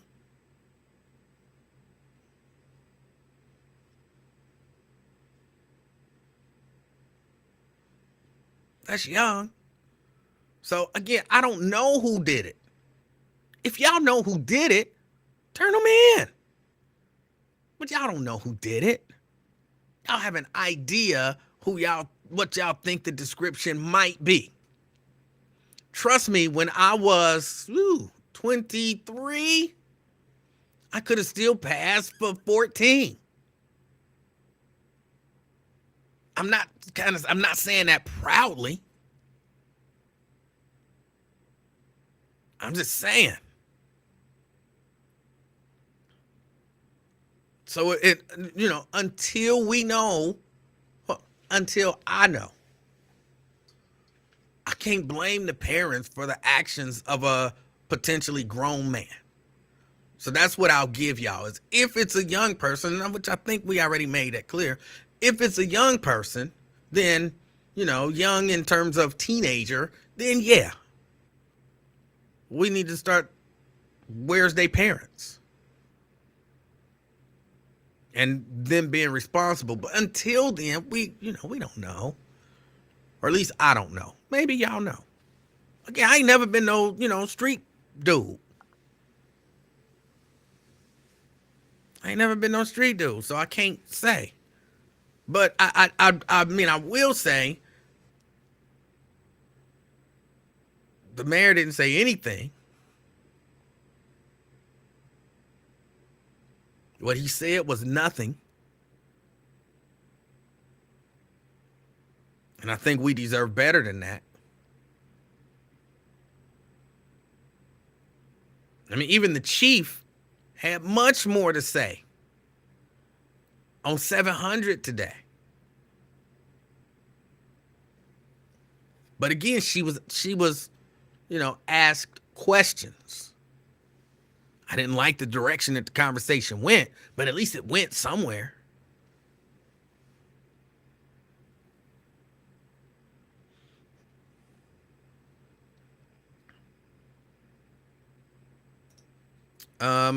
Nate says, did we have a bet over issue 22? We did not. We did not. I want La Rosa's and Skyline if yays outweigh nays. No, because while I'm against issue 22, I believe it's going to pass. I believe it's going to pass. I believe that people don't pay enough attention. I believe a lot of people are swayed. And, people saw, hey, the drinking water ain't no good. We need 22. Hey, the firehouses, well, we need the passage 22. Hey, we don't want our kids out there on the swing set breathing in asbestos. Hey, we need to pass 22. Hey, we don't want people dying in the street. We need nurses. We need to pass 22. Yes, I saw a commercial that suggested, or at least they didn't say, but what I took from it was, if 22 don't pass, it ain't gonna be enough life-saving people. And so, basically people gonna be dying in the streets. Issue 22 is gonna do everything if you pay attention to the commercials. If you pay attention to the commercials, if issue 22 fail, y'all, we just gonna die. We just gonna die. Give it 6 months, and then Cincinnati will be a ghost town. It'll look like, something out of I Am Legend, and everybody will be dead. It'll be one person alive, trying to purify the water out of the Ohio River so that they can run around and shoot the zombies, trying to get into Paul Brown, or it ain't Paul Brown Stadium no more, but into the stadium to play football against each other. And, there'd be that one little dog left. But it'll probably be a Chihuahua trying to help out. Give it, 3 months. Issue 22 goes down in 3 months. Cincinnati is a ghost town overrun with zombies. We all died from asbestos and fires and the contaminated drinking water, and all the buildings fell down, and all the business went under because 22 didn't pass.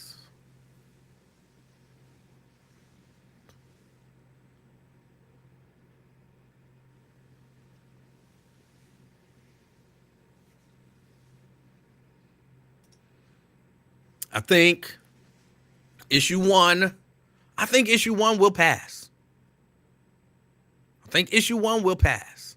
I think 24 is going down hard. And I think 22 is going down. I think 22 is going down.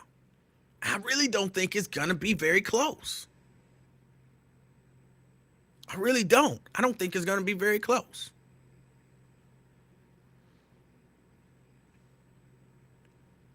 Again, I don't want it to go down.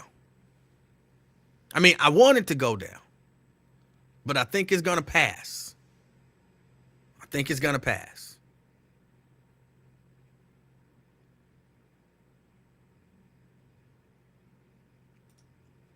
24. Yeah, I think 24 is going down. I think 22 is going to pass. If I said anything wrong, just forget that I said it. 24 will not pass. I don't believe. 22 will pass. I do believe. I hope not, but I think it will. They spent a lot of money. They spent a lot of money to convince people that life in Cincinnati will cease to exist if we don't sell the red road. And I think enough people falling for it. Nate says, what about 23? What is 23? I can't keep up with all of this stuff. Oh, okay. What is... I need my little guide. Because y'all know, I don't... Libraries. Libraries is 23, you saying. I think the library thing will pass. People don't mind paying for, animals and libraries and all of that kind of stuff. So I think those will pass. I'm voting tomorrow on election day, as I always do. I'm voting election day as I always do. I'm using the machine. What is it called again, y'all? I still call it the E-Slate. It's not E-Slate anymore. Y'all told me what it was about it. I can't remember this stuff. I can't remember this stuff. But I always vote using the machine.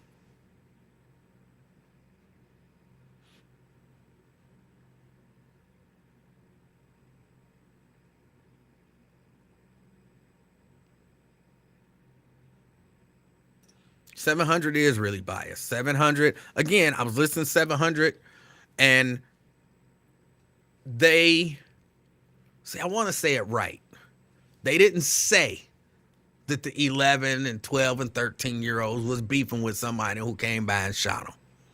But that was the idea that they gave off, and that, of course, there's going to be retaliations.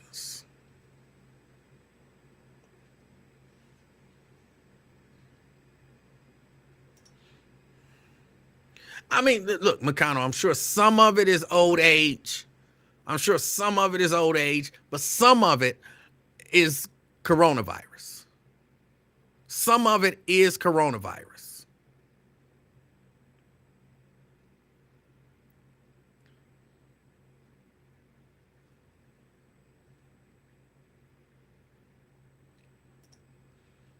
Am I talking about those voting slot machines? It's not a slot machine. It's not a slot machine.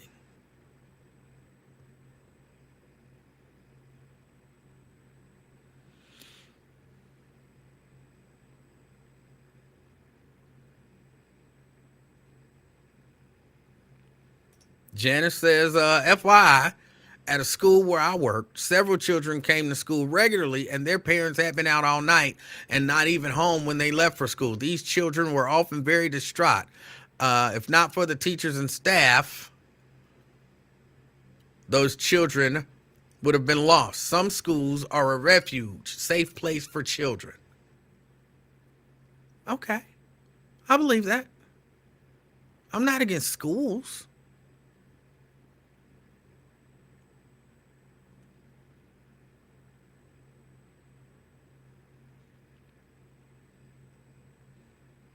Mary says wrong. The media is off point again. Okay, I'm not sure what wrong about what, Mary. I don't want to miss none of your posts now. I got to read every one of them. Well, you put me in the corner. I don't want to be put in the corner. I'm not used to that. There's no punishment. I would have preferred that as a punishment, though. Yes, Vincent, COVID fog. COVID fog. Look, y'all, I remember, and I think I told y'all this too. I remember when I had, hold on a second. Nate, no. Kentucky would not have his first black mayor. Daniel Cameron he's terrible. He sucks. He won't answer questions. There's no, I don't think that there's any chance, like none, that he wins. None. I mean, of course, we'll see tomorrow, but I don't think there's any chance.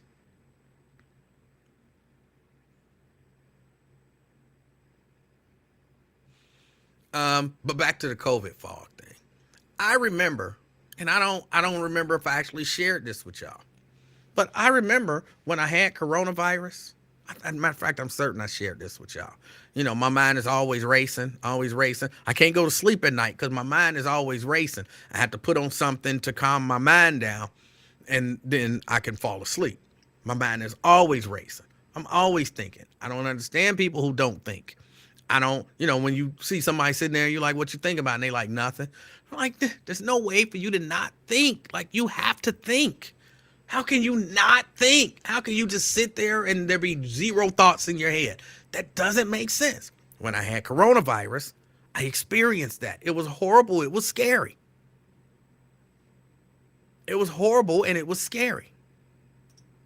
And I genuinely remember telling Mrs. Livingston, I was laying down and just laying there, just not thinking. And I got up and I was like, I can't imagine. She was like, you can't imagine what? And I was like, I can't imagine. I think we went through that about 3 or 4 times. And then I was like, no, I mean, I literally can't imagine. I can't conjure up a thought in my head to imagine. I can't, there's nothing going on in my head right now except the thoughts that I'm saying out loud to you. I literally can't imagine at this moment.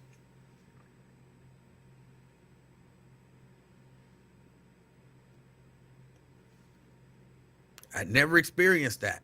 And, you know, then slowly, of course, as things happen, I start thinking, having thoughts and, you know, going through stuff. But then it was just recalling words was difficult, simple words that I wanted to say. It was like I had to learn. Well, I wouldn't go that far. I didn't have to learn to think again, but it came back very slowly. And my recall, it's getting better, but it's still not where it used to be.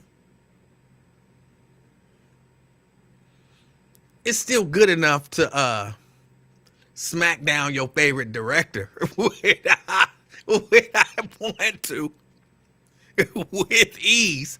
It's still good enough to smack him down with ease, but it's not where I want it to be. It's not where I want it to be. I'm nowhere near as quick as I used to be.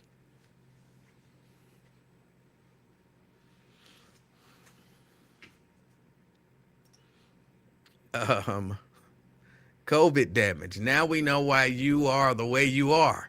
Forgetfulness. Yeah, that's it. It is. It really is. It's that coronavirus.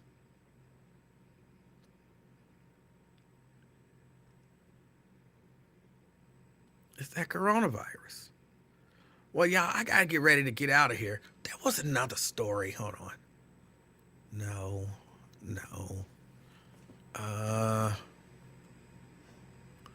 When will that feud end? I don't know, because I don't even know when it started. But I know today I felt like it, like, let me see. You know, he ain't said nothing to me. I ain't said nothing to him. Let me see if I can bait him into, you know, saying something, into responding, and trying to be quick with it and, you know, get me. And it was so, like I said, it was so easy. It's not even fun. It was so easy. It's not even fun. And I don't know where the feud came from.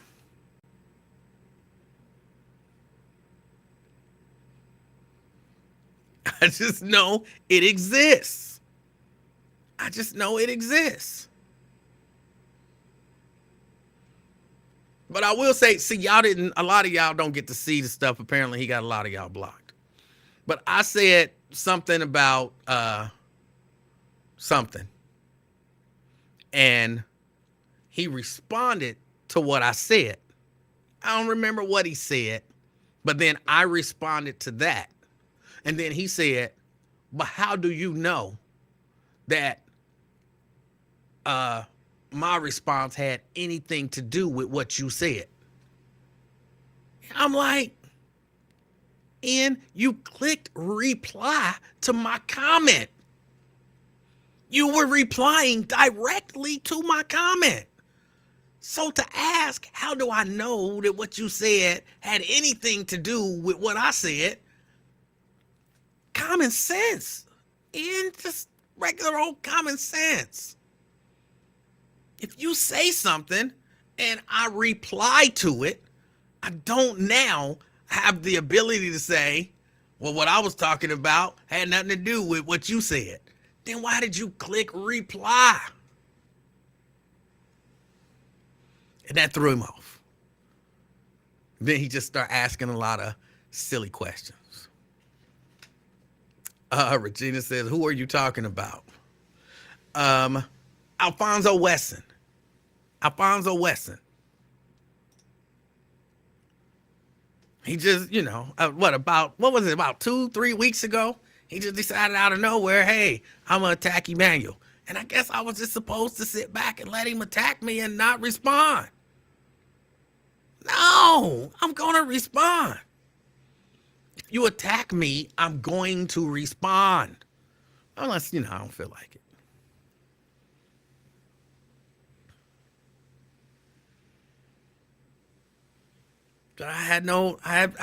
I didn't then. And, look, if he decide, I don't want to attack you no more, then I have no reason to attack him.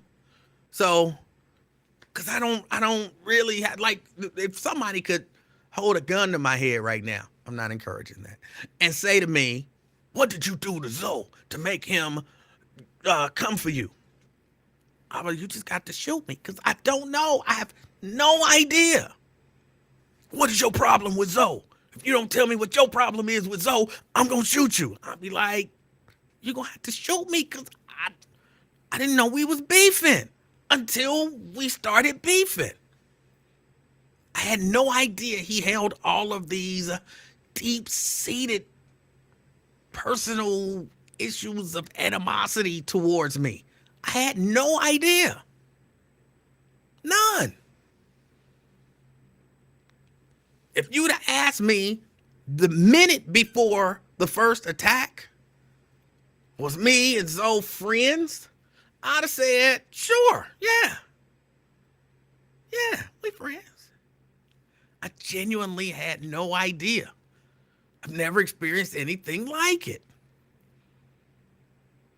Typically I have a good, when somebody don't like me, I have a pretty good feel about that. Like, oh, he don't like me. You know what I'm saying? Like, I can kind of tell. I've worked around people who didn't like me. And I can kind of tell, like, oh yeah, he don't like me. He don't like me. It's cool. We work together, but I can tell he don't like me. Like, he kind of lukewarm on me. It's cool because I can tell sometimes, by the way he react, he don't care for me. I'm usually pretty good at that. But for somebody to be like friendly, and then just flip the script like, yeah, I hate you. Yeah, you're like, what? Where did that come from? He didn't actually say he hated me.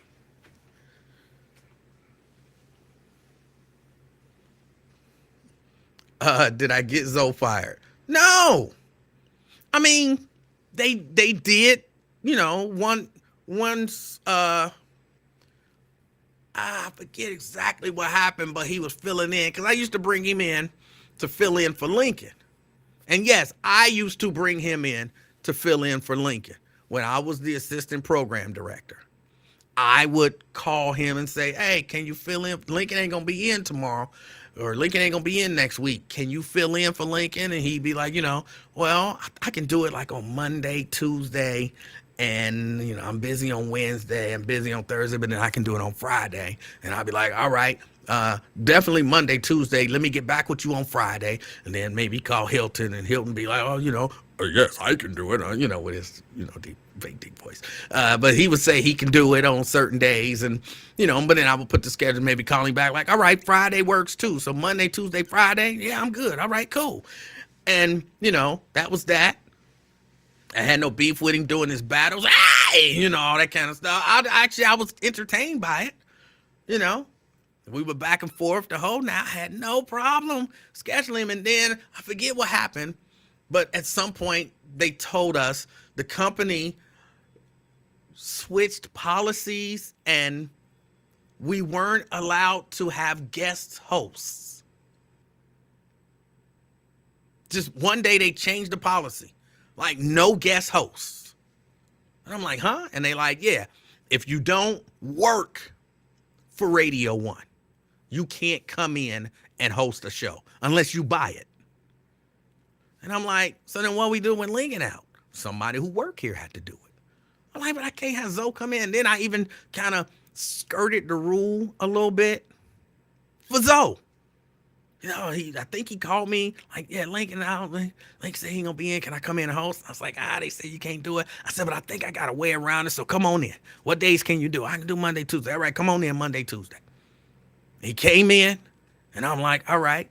And I'm like, now, technically, you can't host the show, but I can have you in as my guest. So, you sit in the big chair, and, you do what you do, but I'm here. So I'll be able to say, I'm filling in for Lincoln Ware, and my guest is Zoe, the media maestro.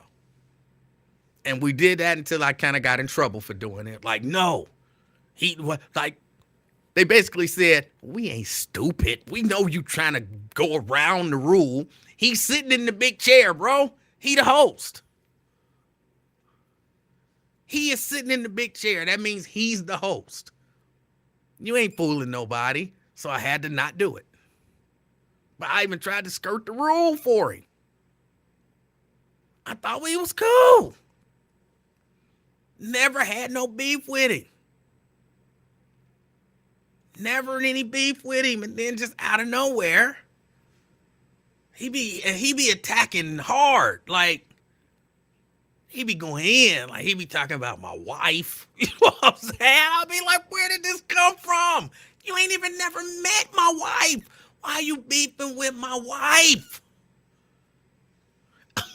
Like, where did this come from?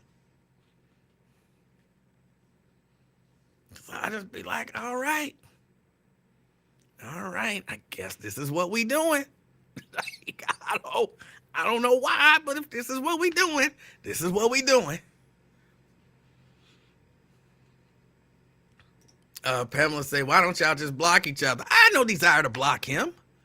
He don't bother me. I like a good fight. So why not? I just don't know where it came from, but I like a good fight. So why not? Or a good argument, because we're not technically fighting. I like a good argument.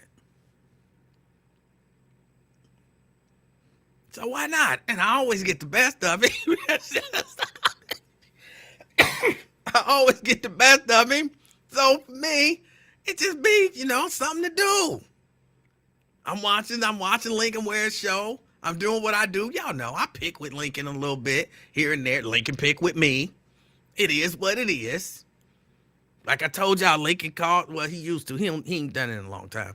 But he called me like, people like it when we go back and forth. So why don't you call in sometimes? And okay, cool.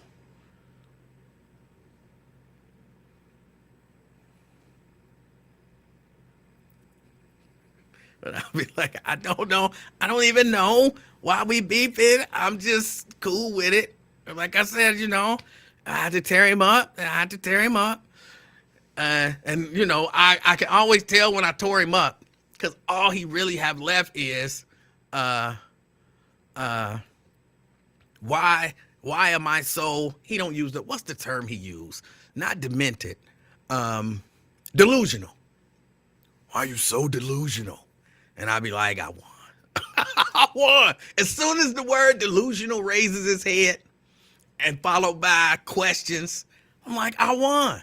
And then all I do is just answer his questions and maybe a little zinger at the end of the answer. That's it. That'd be my whole thing. He asked me a silly question. I answer his question with a zinger at the end. And then he can't, there's nothing he can do about it except for ask another silly question and then call me delusional. I'll be like, I won. But I just be paying attention to Lincoln Ware's show, having fun. Y'all know what I do. I have fun. I have fun.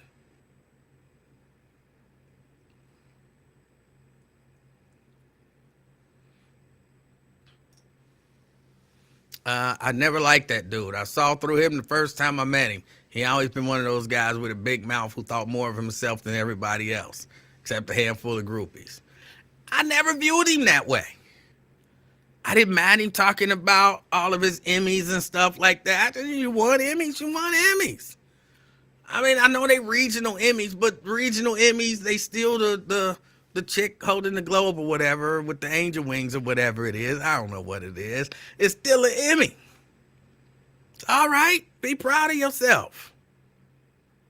That's who you are. That's, what you've accomplished. I don't have no problem with you patting yourself on the back. Never had an issue with him.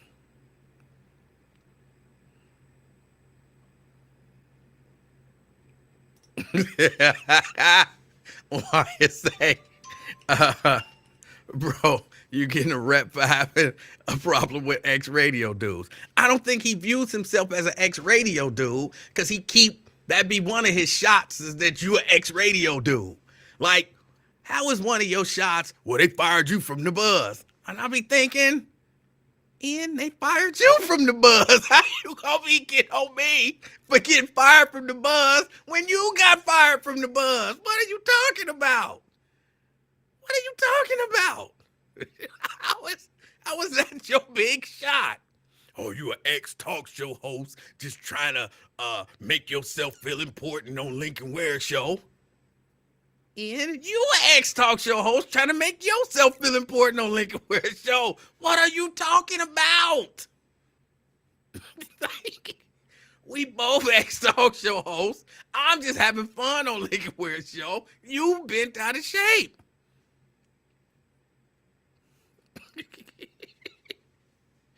Oh, I don't understand it. I really don't understand it. Why I said you brought me in one of those beefs. No, I didn't. Did I?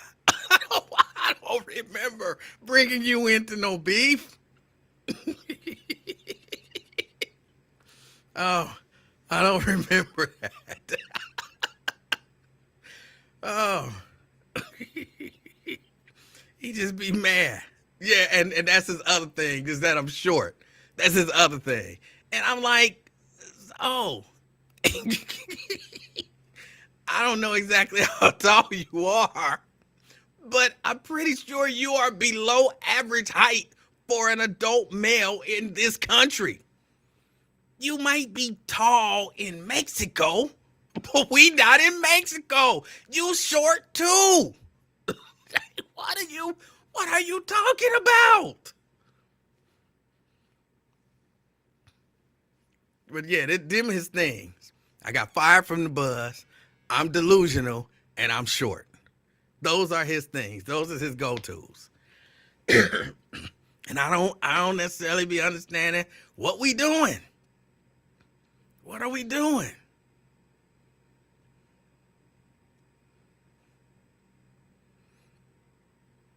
Jason said I like Zoe, even though he hated Cincinnati as a city. I don't know that he hated Cincinnati as a city.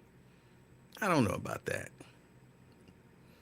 65% of his audience don't like fun. They don't. They be getting mad. I be like, why are y'all? Like what? I don't remember which Batman it was, where the Joker kept saying, "Why so serious?" I mean, why are y'all so serious? You know you can have fun and talk about issues. Plus, it's the live chat. It's Lincoln's show. If you can't have fun on Lincoln's show, where can you have fun? Where can you have fun? So they be getting mad. And you know it bothers him that he was fired. That's why he thinks he can get under other people's skin by saying you got fired from the buzz. About 24 people got fired from the buzz. He the only one who was fixated by it. Right. Right. A lot of people been fired from the buzz. And then he be telling me, well, that's why you got fired. And I be like, no, I got fired because I wouldn't take a shot. That's why I got fired. No, I didn't get fired for that. I got fired because I wouldn't take a shot. But a lot of people do that. When people get mad at me, that's one of their first things. Now I see why they fired you from the buzz. Why? Why? Oh no. I said I don't want to vote for issue 22. Now you see why I got fired from the buzz. You think they fired me because I'm not going to vote for issue 22? We didn't even have an issue 22 back then. Like, that don't make sense. That doesn't get under my skin. It don't bother me. All I had to do was, I didn't even have to take the shot. I mean, eventually I would have. But I could have just told them that day, like, yes, I'm going to take the shot. They'd have been like, all right, cool. You got 2 weeks to do it. And then I could have squeezed another 2 weeks out of them. But why lie? So I controlled that to a certain extent.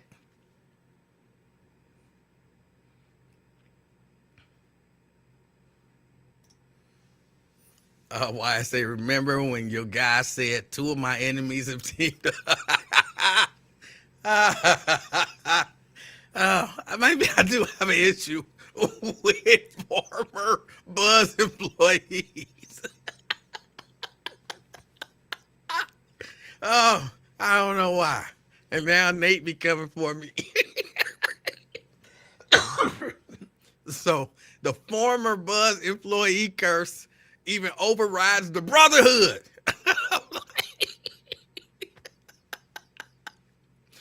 Oh, I don't know why ex-Buzz employees be mad. I don't understand. Oh, I don't understand it.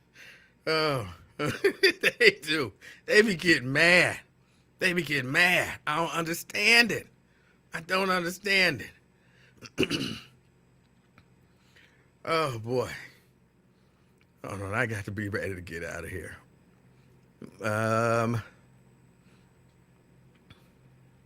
They hate the Facebook Live crowd that show up every day. Look, I used to hate y'all too. Some of that is Lincoln's fault.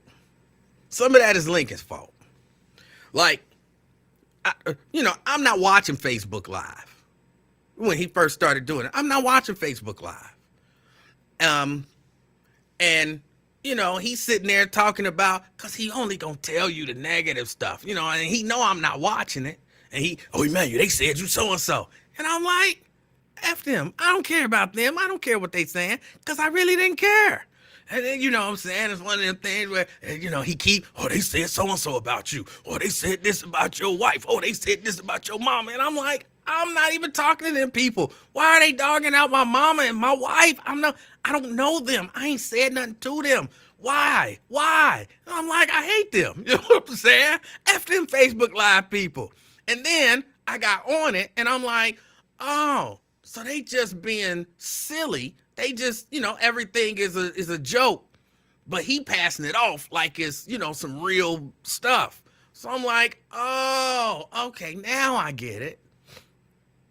But initially, when I wasn't watching Facebook Live, I had nothing to do with Facebook Live. I had nothing, and he's just telling me they said this and they said that, and so-and-so said this, and so-and-so said that, and so-and-so said this, so-and-so said that, and I'm like, oh, okay.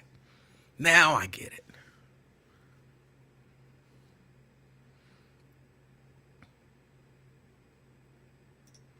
You used to get mad at Lincoln's Turkey of the Year, and it's coming up soon. When did I ever get mad at Lincoln's Turkey of the Year? I don't really care about, like, most of the times, if y'all thought I was mad about something, I was really just trolling Lincoln. I like to troll Lincoln. So you know what I'm saying? I like to pick with him, just like he liked to pick with me. I never really had no issue with him doing Turkey of the Year. It's something stupid that he do. So what? So what? But I would always tell him it don't mean nothing, which for whatever reason would bother me. I'm like, it don't mean nothing. You don't give out no award. You know what I'm saying? Like no plaque. You don't even give out. You can go buy like a little novelty, little paper thing and give it to him. You don't give out nothing, a gift card, nothing. You just say, oh, so and so's the Turkey of the Year. Like, it don't mean nothing. He would be mad. He would be furious. Which I don't understand why he would be so furious. But if I can say something to you as simple as, like he'd be, I'm gonna do Turkey of the Year. And I'd be like, you gonna do Turkey of the Year? You gonna do Turkey of the Year? Maybe you'll win Turkey of the Year. And I'd be like, well, Turkey of the Year really don't mean nothing. What you mean it don't mean nothing? What you mean it don't mean nothing? Lincoln, calm down. Calm down. But it don't mean nothing. What do it mean? Well, it's the people, but what does it mean in the grand scheme of things? What does the Turkey of the Year mean? See, you just a hater. Why you always trying to put down everything that I do? And I'm like, Lincoln. Bro, it don't mean nothing. But what do they get? And he be all flustered. See, you're always trying to be, and you always want to make it seem like the stuff you do is better than the stuff I do. I'm like, I don't do nothing, bro. Just what does the Turkey of the Year get? Do they get a turkey? They don't have to get a turkey, see? You don't understand. And I'll be like, Lincoln, it don't mean nothing. And he'd be furious. So I'm like, okay. If I could get him that furious by just telling him the truth. Because it really is just the truth. What does it mean? Who won Turkey of the Year 3 years ago? Don't nobody remember. Nobody remembers. It means nothing. It's just something that's silly and fun for him to do. So when you let me tell you it don't mean nothing and you get that mad, I got to tell you every year it don't mean nothing. And then I got to ratchet it up just a little bit. that only makes sense. But I never hated Turkey of the Year. I never got mad at Turkey of the Year. I just have fun picking with Lincoln. I just have fun picking with Lincoln. That's it. That's it. I just have fun.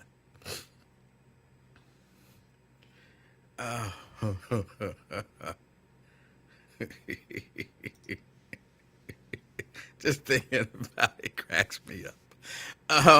Probably be my last comment on that guy. He's received made too much attention. He says mean, disrespectful, negative, and disrespectful stuff about other people, like saying that stuff about Mallory, but doesn't think anyone else can say stuff about him or people that he likes. He do be saying some mean stuff. Talking about Zoe. Janice says, why would anyone want to get an award for being the worst or the turkey? I don't know. It's just something fun he does. I never really had a problem with it. It's just fun to pick with him. I don't, it's a silly thing that he does.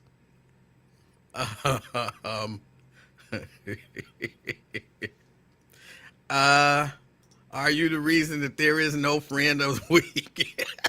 Even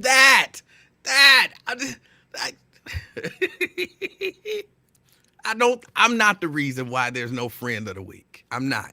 I'm pretty sure he decided to do it. They wanted to have it sponsored. They wanted to sell it. And now I don't understand the logic of, okay, stop doing it so that we can sell it and you can do it again. I would think you'd say, well, keep doing it, build more momentum with it, like have people actually believe it's something important, and then we should be able to sell it. That's usually the way things like that work. Like you do it. It's kind of a proof of concept thing. Do it, prove to people that it'll be valuable, a valuable thing, and then we can sell it, but not do it. Have somebody mock it a little bit, get mad about them mocking it, and then stop doing it so that we can sell it. That doesn't make sense to me. But I am not the reason why there is no longer a friend of the week, even though I will say, I always knew that when he first announced the Citizen of the Week, that it would be just his friends. I always knew that. Which is why it was easy to say that, because I knew that's what it would be. And then people like Janice saying, well, why don't you do, if you want to do it, you do. I'm not going to do it because I would take it too serious. Like, I would actually want to find a person in the community who did something good that week and award them with the Citizen of the Week. I wouldn't want to just be like, all right, my friend Jim over there, he's the Citizen of the Week. Or what did Jim do? Jim been doing stuff for years. What did he do this week to be the Citizen of the Week? It don't matter.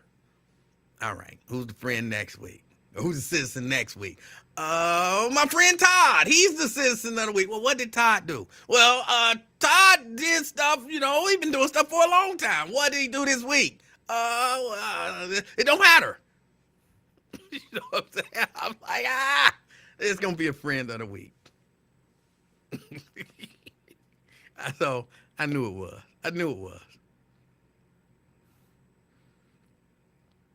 What happened to RoboCop? I don't know who RoboCop is.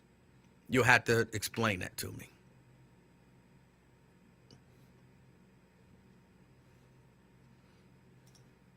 I don't know why Lincoln feels he has to justify his decisions to do something. He doesn't have to justify it, but I even want to go this deep into it. See, you have to understand this about Lincoln Ware. The top priority on Lincoln Ware's life list is to be liked. If y'all don't believe me, that's fine. But priority number one for Lincoln Ware is to be liked. He has to be liked by everyone. And kind of, if you don't like him, then he's your enemy. Because he has to be liked. So if you're critical of something that he does, he takes that as you don't like it. So he want to explain it to you so that you will understand it and not be critical. Thus, you like him.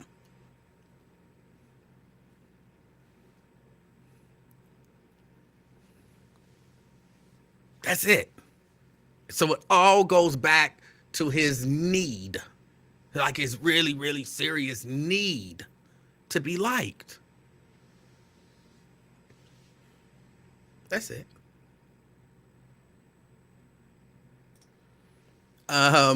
Since you spilling tea, please tell your viewers I told the truth about the secret meeting at the Chinese restaurant that Ross Love took us to. Okay, I can't 100% verify that. Here's why. I wasn't invited to the secret meeting. I wasn't invited to the secret meeting. Now, I heard about the secret meeting, not just from you, but from everybody who was there. But I wasn't invited to the secret meeting. I was really new at the station at the time. So I wasn't invited to the secret meeting. But you, along with, I don't really want to throw out everybody's names. I don't want to throw out everybody's names. But all of the talk show hosts who were on the station at the time, and the people who were running the station at the time, including the executive producer at the time, all had conversations with me about there being a secret meeting. I didn't know it was a Chinese restaurant. I just knew it was a secret meeting at a restaurant. And my understanding was that in the meeting, everybody was told that they were not allowed to say anything critical of the current mayor at the time, who was Charlie Lukin, because of some sort of a deal that had been brokered. So Charlie Lukin could have went and shot somebody in the middle of Fountain Square, and nobody at the radio station was allowed to say anything critical of him. That was the law that was laid down at the secret meeting, according to the people who talked to me. So this is secondhand information. Again, I was not invited to the secret meeting. I was not there. I was not there.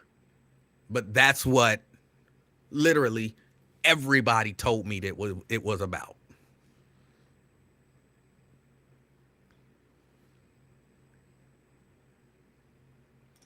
Janice says he gets to use his own criteria just like you would. No one ever said he couldn't. No one ever said he couldn't. But if I came up with a Cincinnati Citizen of the Week, and week 1, my wife. Week 2, my daughter. Week 3, my granddaughter.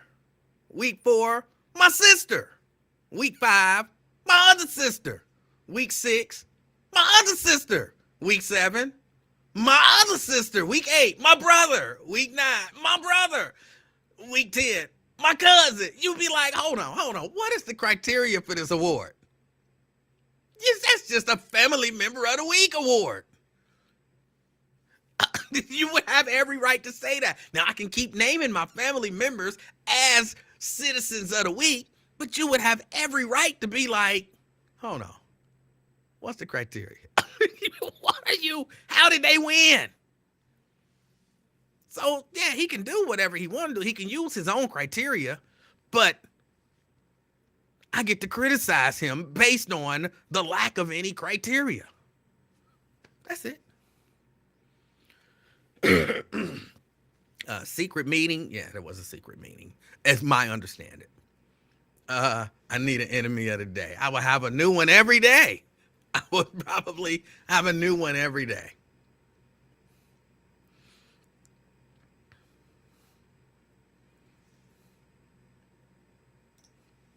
And where is Jerry Tolliver? I thought we were friends, or at least had respect for one another. To this day, I've never heard her say anything bad about me. That's fine. I never heard her say anything bad about you either. I know she lied on me, but I've never heard her say anything bad about you. She lied on me and spread lies about me. And it hurt my feelings. It really did. If nothing else hurt my feelings at that radio station, that hurt my feelings. Y'all know me. I just have to be honest about stuff. Why is Wyatt saying he's not going to do his show anymore? What happened? I haven't talked to him, man. I had to reach out to him and see what's going on. Now, my feeling on it, I believe maybe he's just frustrated. He's just frustrated about, the goings on and, the way that things happen. So he's just frustrated. My feeling is he'll probably end up, taking some time and relax, and then he'll come back and do it. I really think he cared too much, not about the show per se, but about giving people other options of thought and helping people in the community find out other ways to become successful. So if I just had to guess, that would be it. I don't believe he's not doing the show. Janice says, I'm kind of like you. I wouldn't explain nothing to you. That's fine. I never asked him to. I might have at some point asked him to explain it. But only because he had pushed back against it being the friend of the week.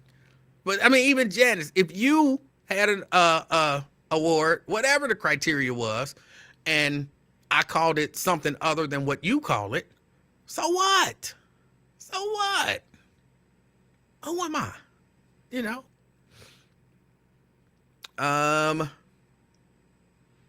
You are a pain in the A, he says. I imagine I am to him. I really do imagine I am, but it's, also kind of fun.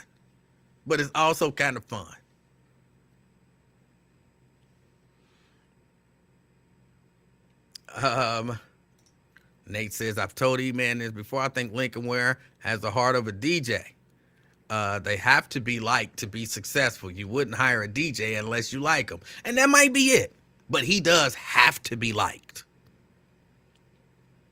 If you told him you don't like him, there would be problems. Like, he wouldn't like you. You'd be his enemy at that point.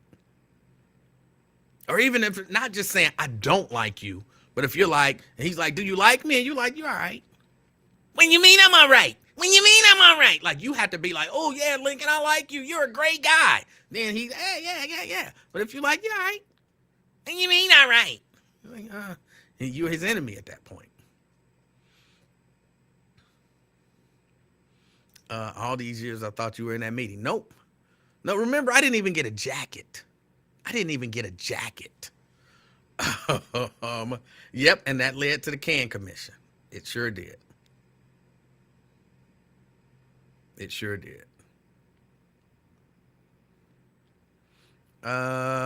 me see. Black Lion says, what did she lie about? I've already told this story, like, I feel like 100 times.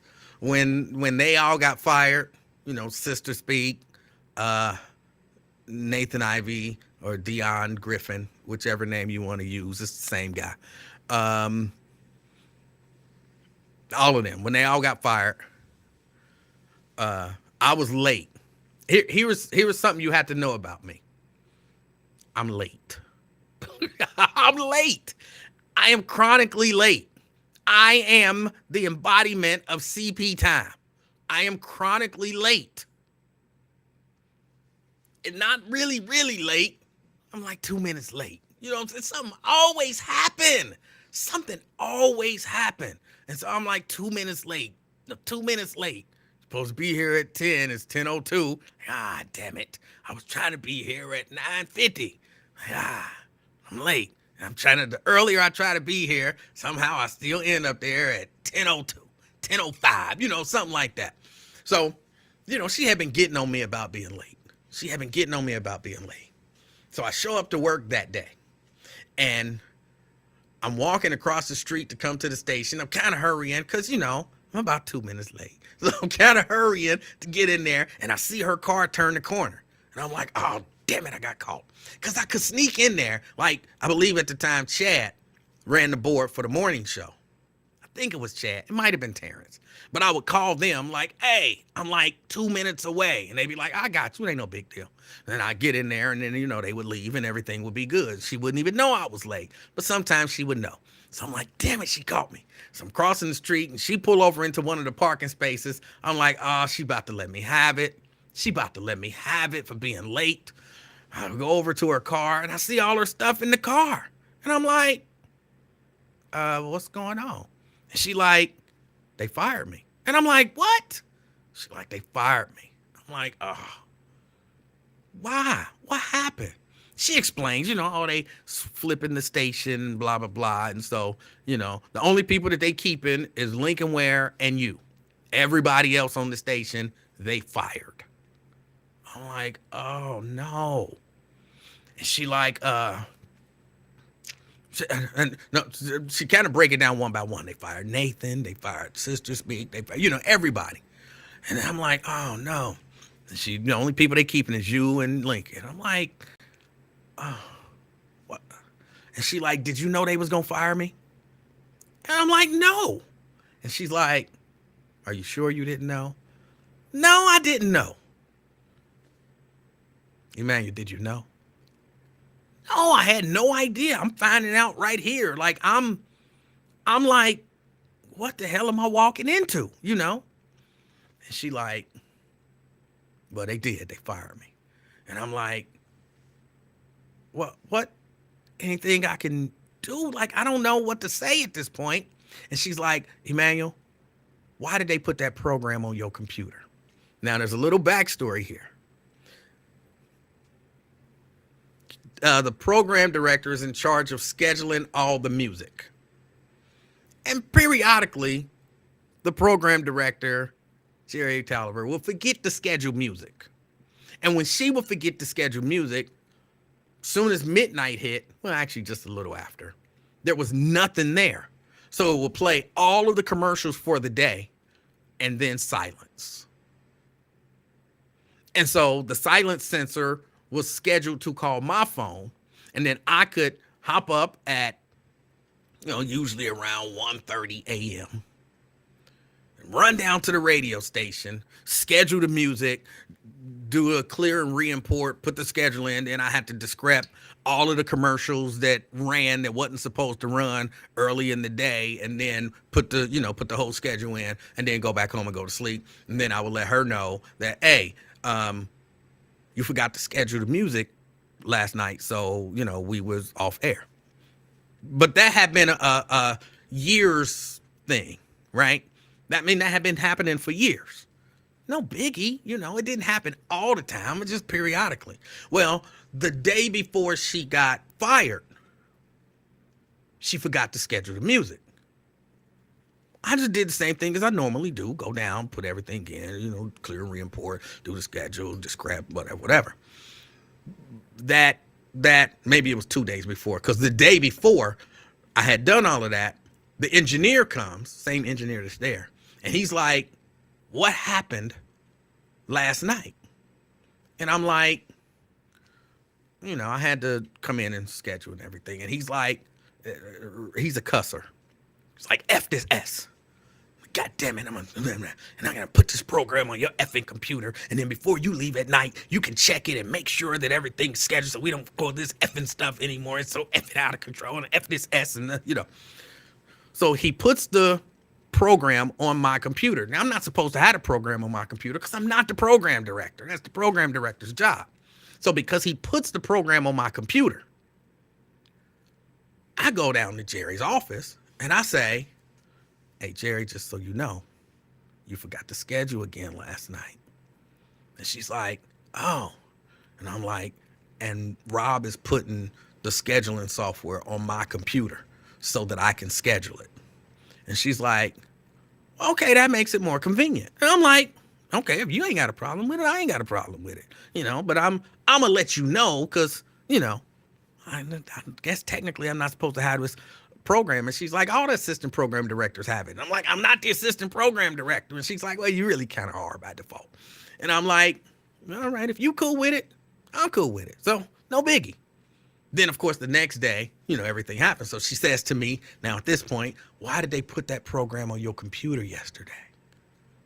And I'm like, I told you why. I told you why they put it on there. She's like, I think you knew. And I'm like, I didn't know. And she's like, you sure you didn't know? And I'm like, Jerry, I had no idea. Now, of course, keep it in mind, I'm late. I'm not saying, I didn't say this to Jerry. I'm saying this to y'all. While this whole conversation is going on, I'm late. Like, I thought she busted me for being late.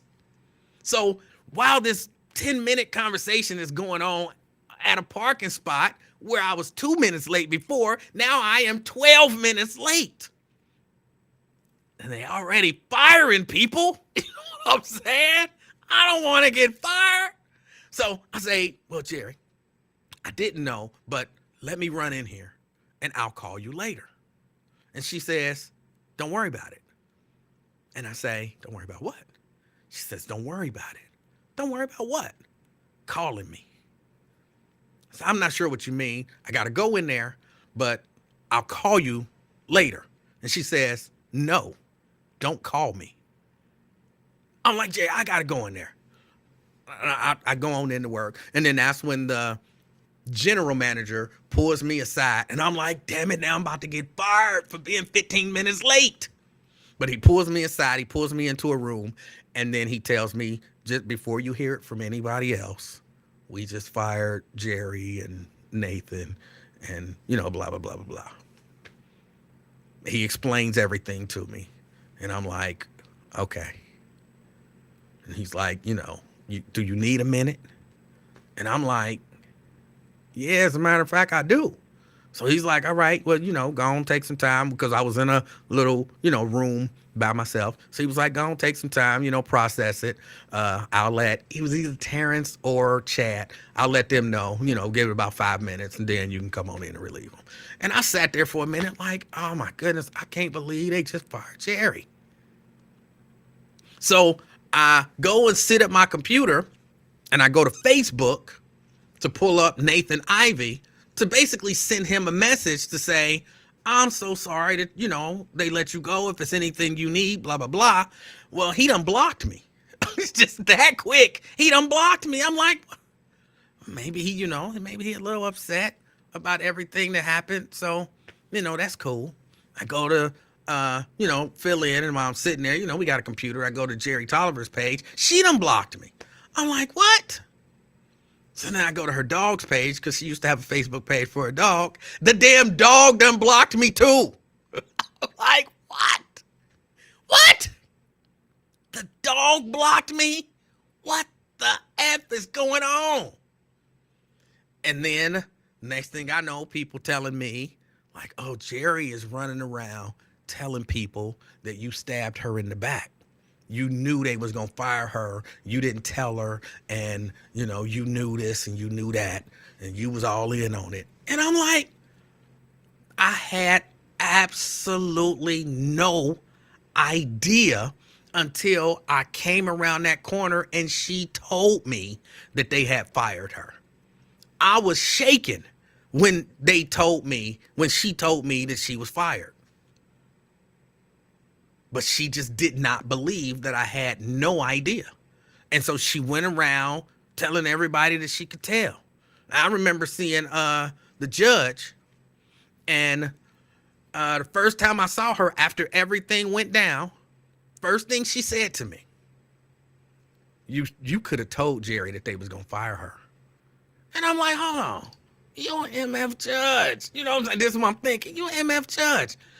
How do you judge before you even ask the person that you judged their side of the story? And so I say, could have told her, what? They fired. I said, did you ask me if I knew before they fired her? And she was like, come to think of it, I didn't. And I'm like, exactly. I had no idea that they was going to fire her when they fired her, because I probably would have told her. I would have found out a way to tell her that they was going to, let her go if I would have known, which I'm sure they would have said, you can't tell her, but I'd have found a way to tell her. So she went around telling that lie about me. She probably still is telling that same lie about me. Oh, he knew and didn't say anything. So that's the lie. And that's the whole story behind the lie. But I had no idea. But yeah, Nathan, Jerry, and the damn dog blocked me all before I could even get up the stairs. So that's the way it all went down. But that's the lie she told. That's the lie. She told it. And apparently she told Nathan, and that was why he blocked me, because he told, I don't want to say his name. I was about to say his name. He told one of the technical producers, he a backstabber. He stabbed Jerry in the back to take her job. And again, little do they know, I didn't take her job. I just got all her responsibilities with none of the money or the office or the perks. And then eventually they gave me an office, but still no extra money. So that's it. But she told me not to call her. I haven't talked to her since that moment when the last time she said, no, don't call me. I didn't call her. And I will never call her. And I guess I will never talk to her. Actually, I did try to talk to her a few times because I saw her out a few times and forgot that we was beefing because I was kind of excited to see her. And I'm like, hey, Jerry. And I'm like, oh, we beefing. Her and Nathan used to do that to me. Like, oh, we beefing. I forgot. Oh, we beefing. And so I tried to, speak to them both a few times.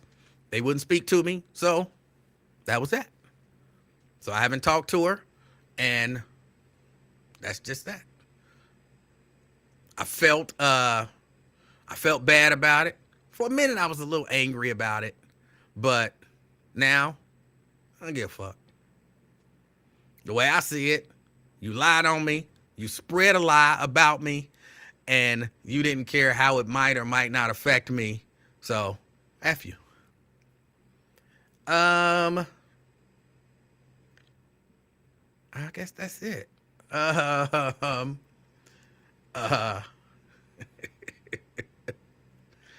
Oh, let me see. Anything else? Anything else? Yes, even the dog. I was blocked by Rocky. Rocky blocked me. It's true. It's 100% true. Uh, let me see.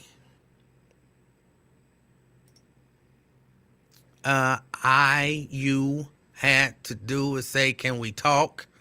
I did. I told her I'd call her. She said, "Don't call her," so I didn't call her. Have you talked to Jerry Tolliver since then? Nope, not even one time. Uh, Hold on a second, twin. Shahara says she probably really believes it. It was such a big blow. I'm sure she had to come up with something to make it make sense. Wrong, but I understand. I miss them all. All right.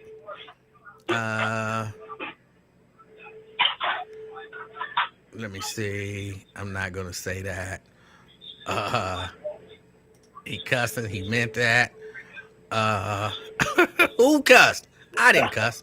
All right. Let me go back to the phone. Twin. Hey, can you hear me, man? You sound a little far away, like you on a speaker, but we'll work with it. So you around there getting blocked. How a dog go block you, man? The dog blocked me. I was blocked by the dog. I ain't never heard nothing like that. A dog block you? I kid you not. Hey, man. And they cut off your supply source, huh? Told you I don't want to talk to you no more. Lose my number and all. Yeah. Man, you cutthroat, man. Hey. You sound like you're cutthroat. I'm not like the one who was cutthroat. You sound like you cutthroat playing a lot of spades, man. I'm not the one who was being cutthroat. They was being cutthroat to me. Right. I'm eventually you probably would have told because you the king of talk, though. But eventually you probably would have told them, hey, just watch it back. They might fire. I believe you would have probably told. Ain't no probably. Look. I'll say this, and I don't know that I've ever said this again.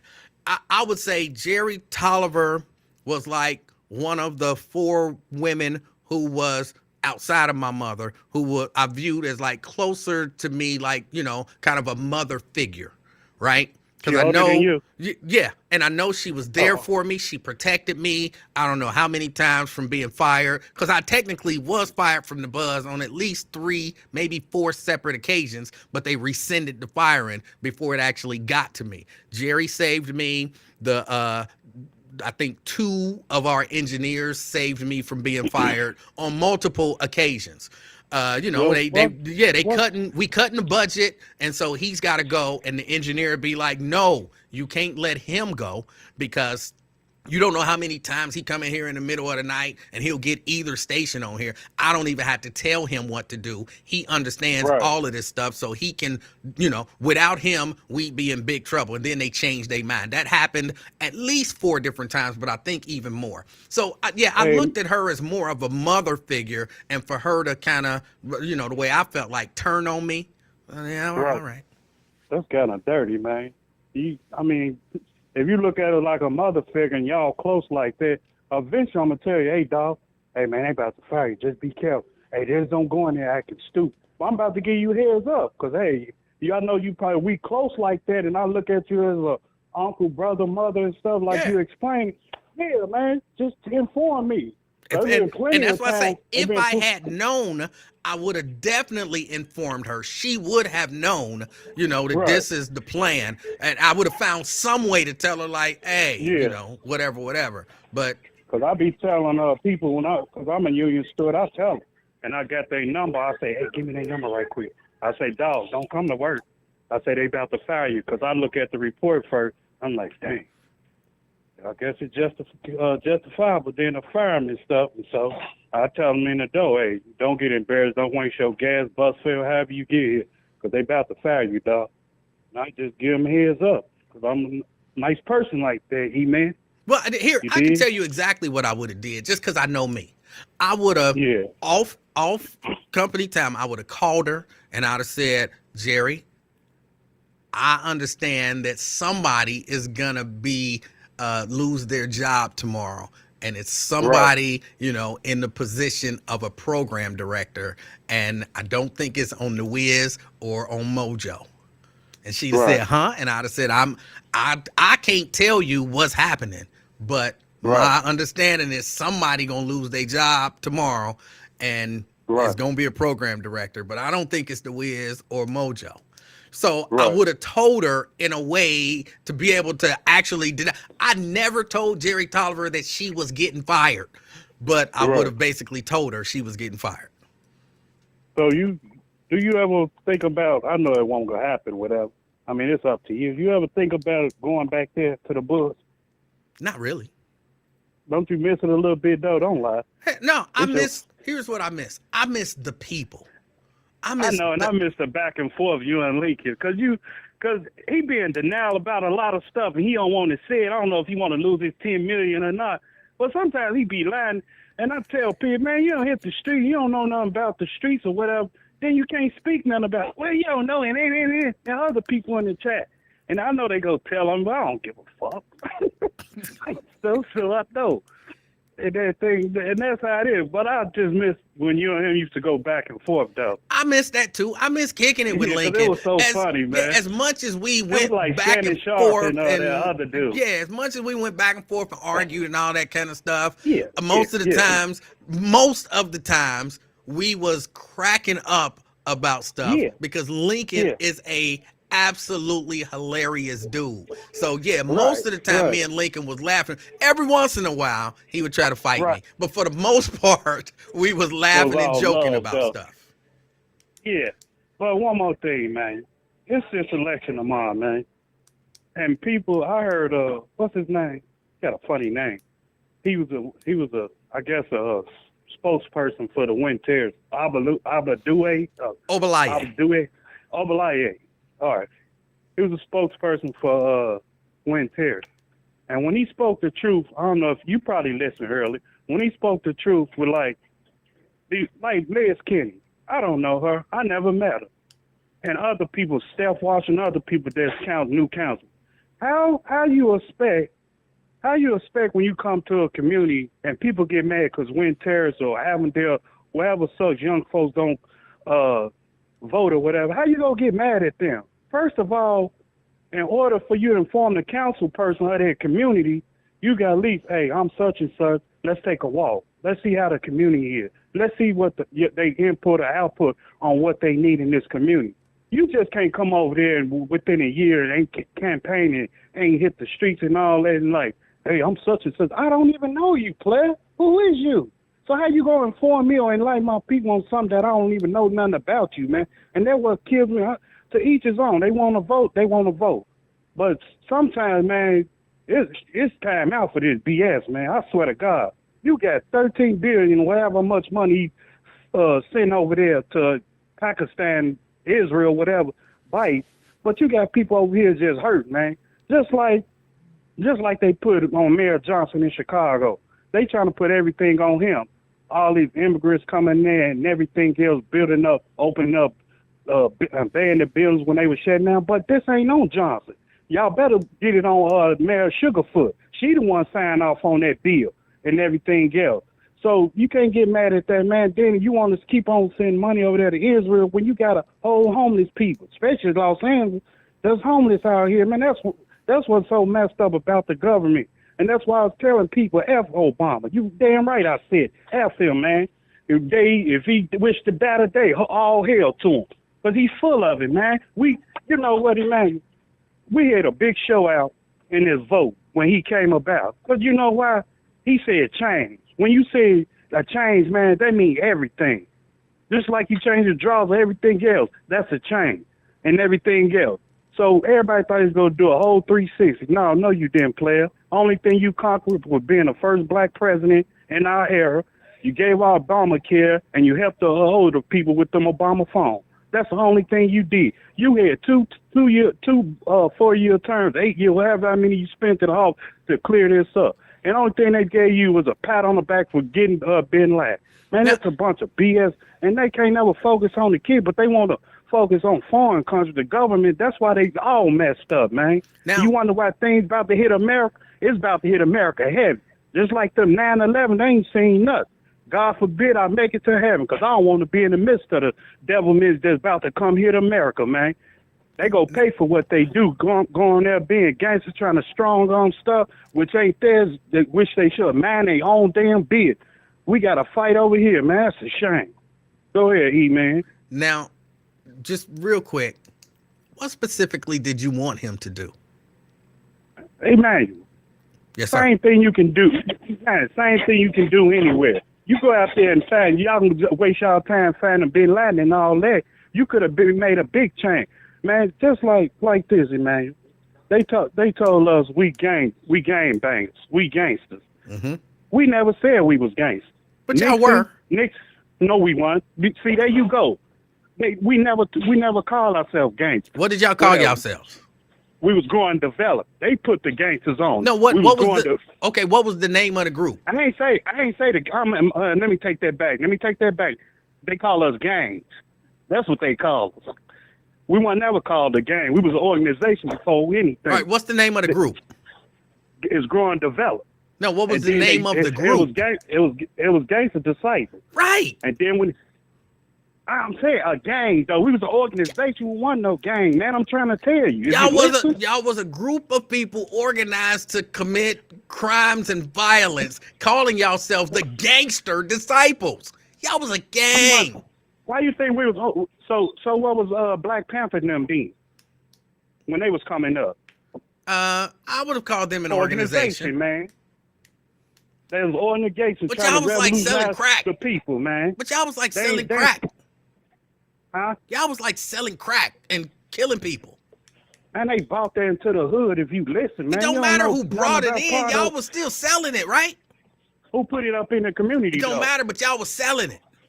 Hey, who put it in the community though? The government put it in the community, but y'all was right and call us to fight among y'all each called other, yourselves right? gangsters. Y'all sold crack and killed people. Y'all was a gang. Nixon and Hoover put that on us. Said that we gangs, and then that's what broke up. They put if you know the story about it, they put Larry Hoover and David Boxell, who is dead. Larry Hoover started the Gangster Disciple. David Boxell was a black disciple. He started there. When they got into it, and that's when it branched off. There's more gangs in Chicago more than anything.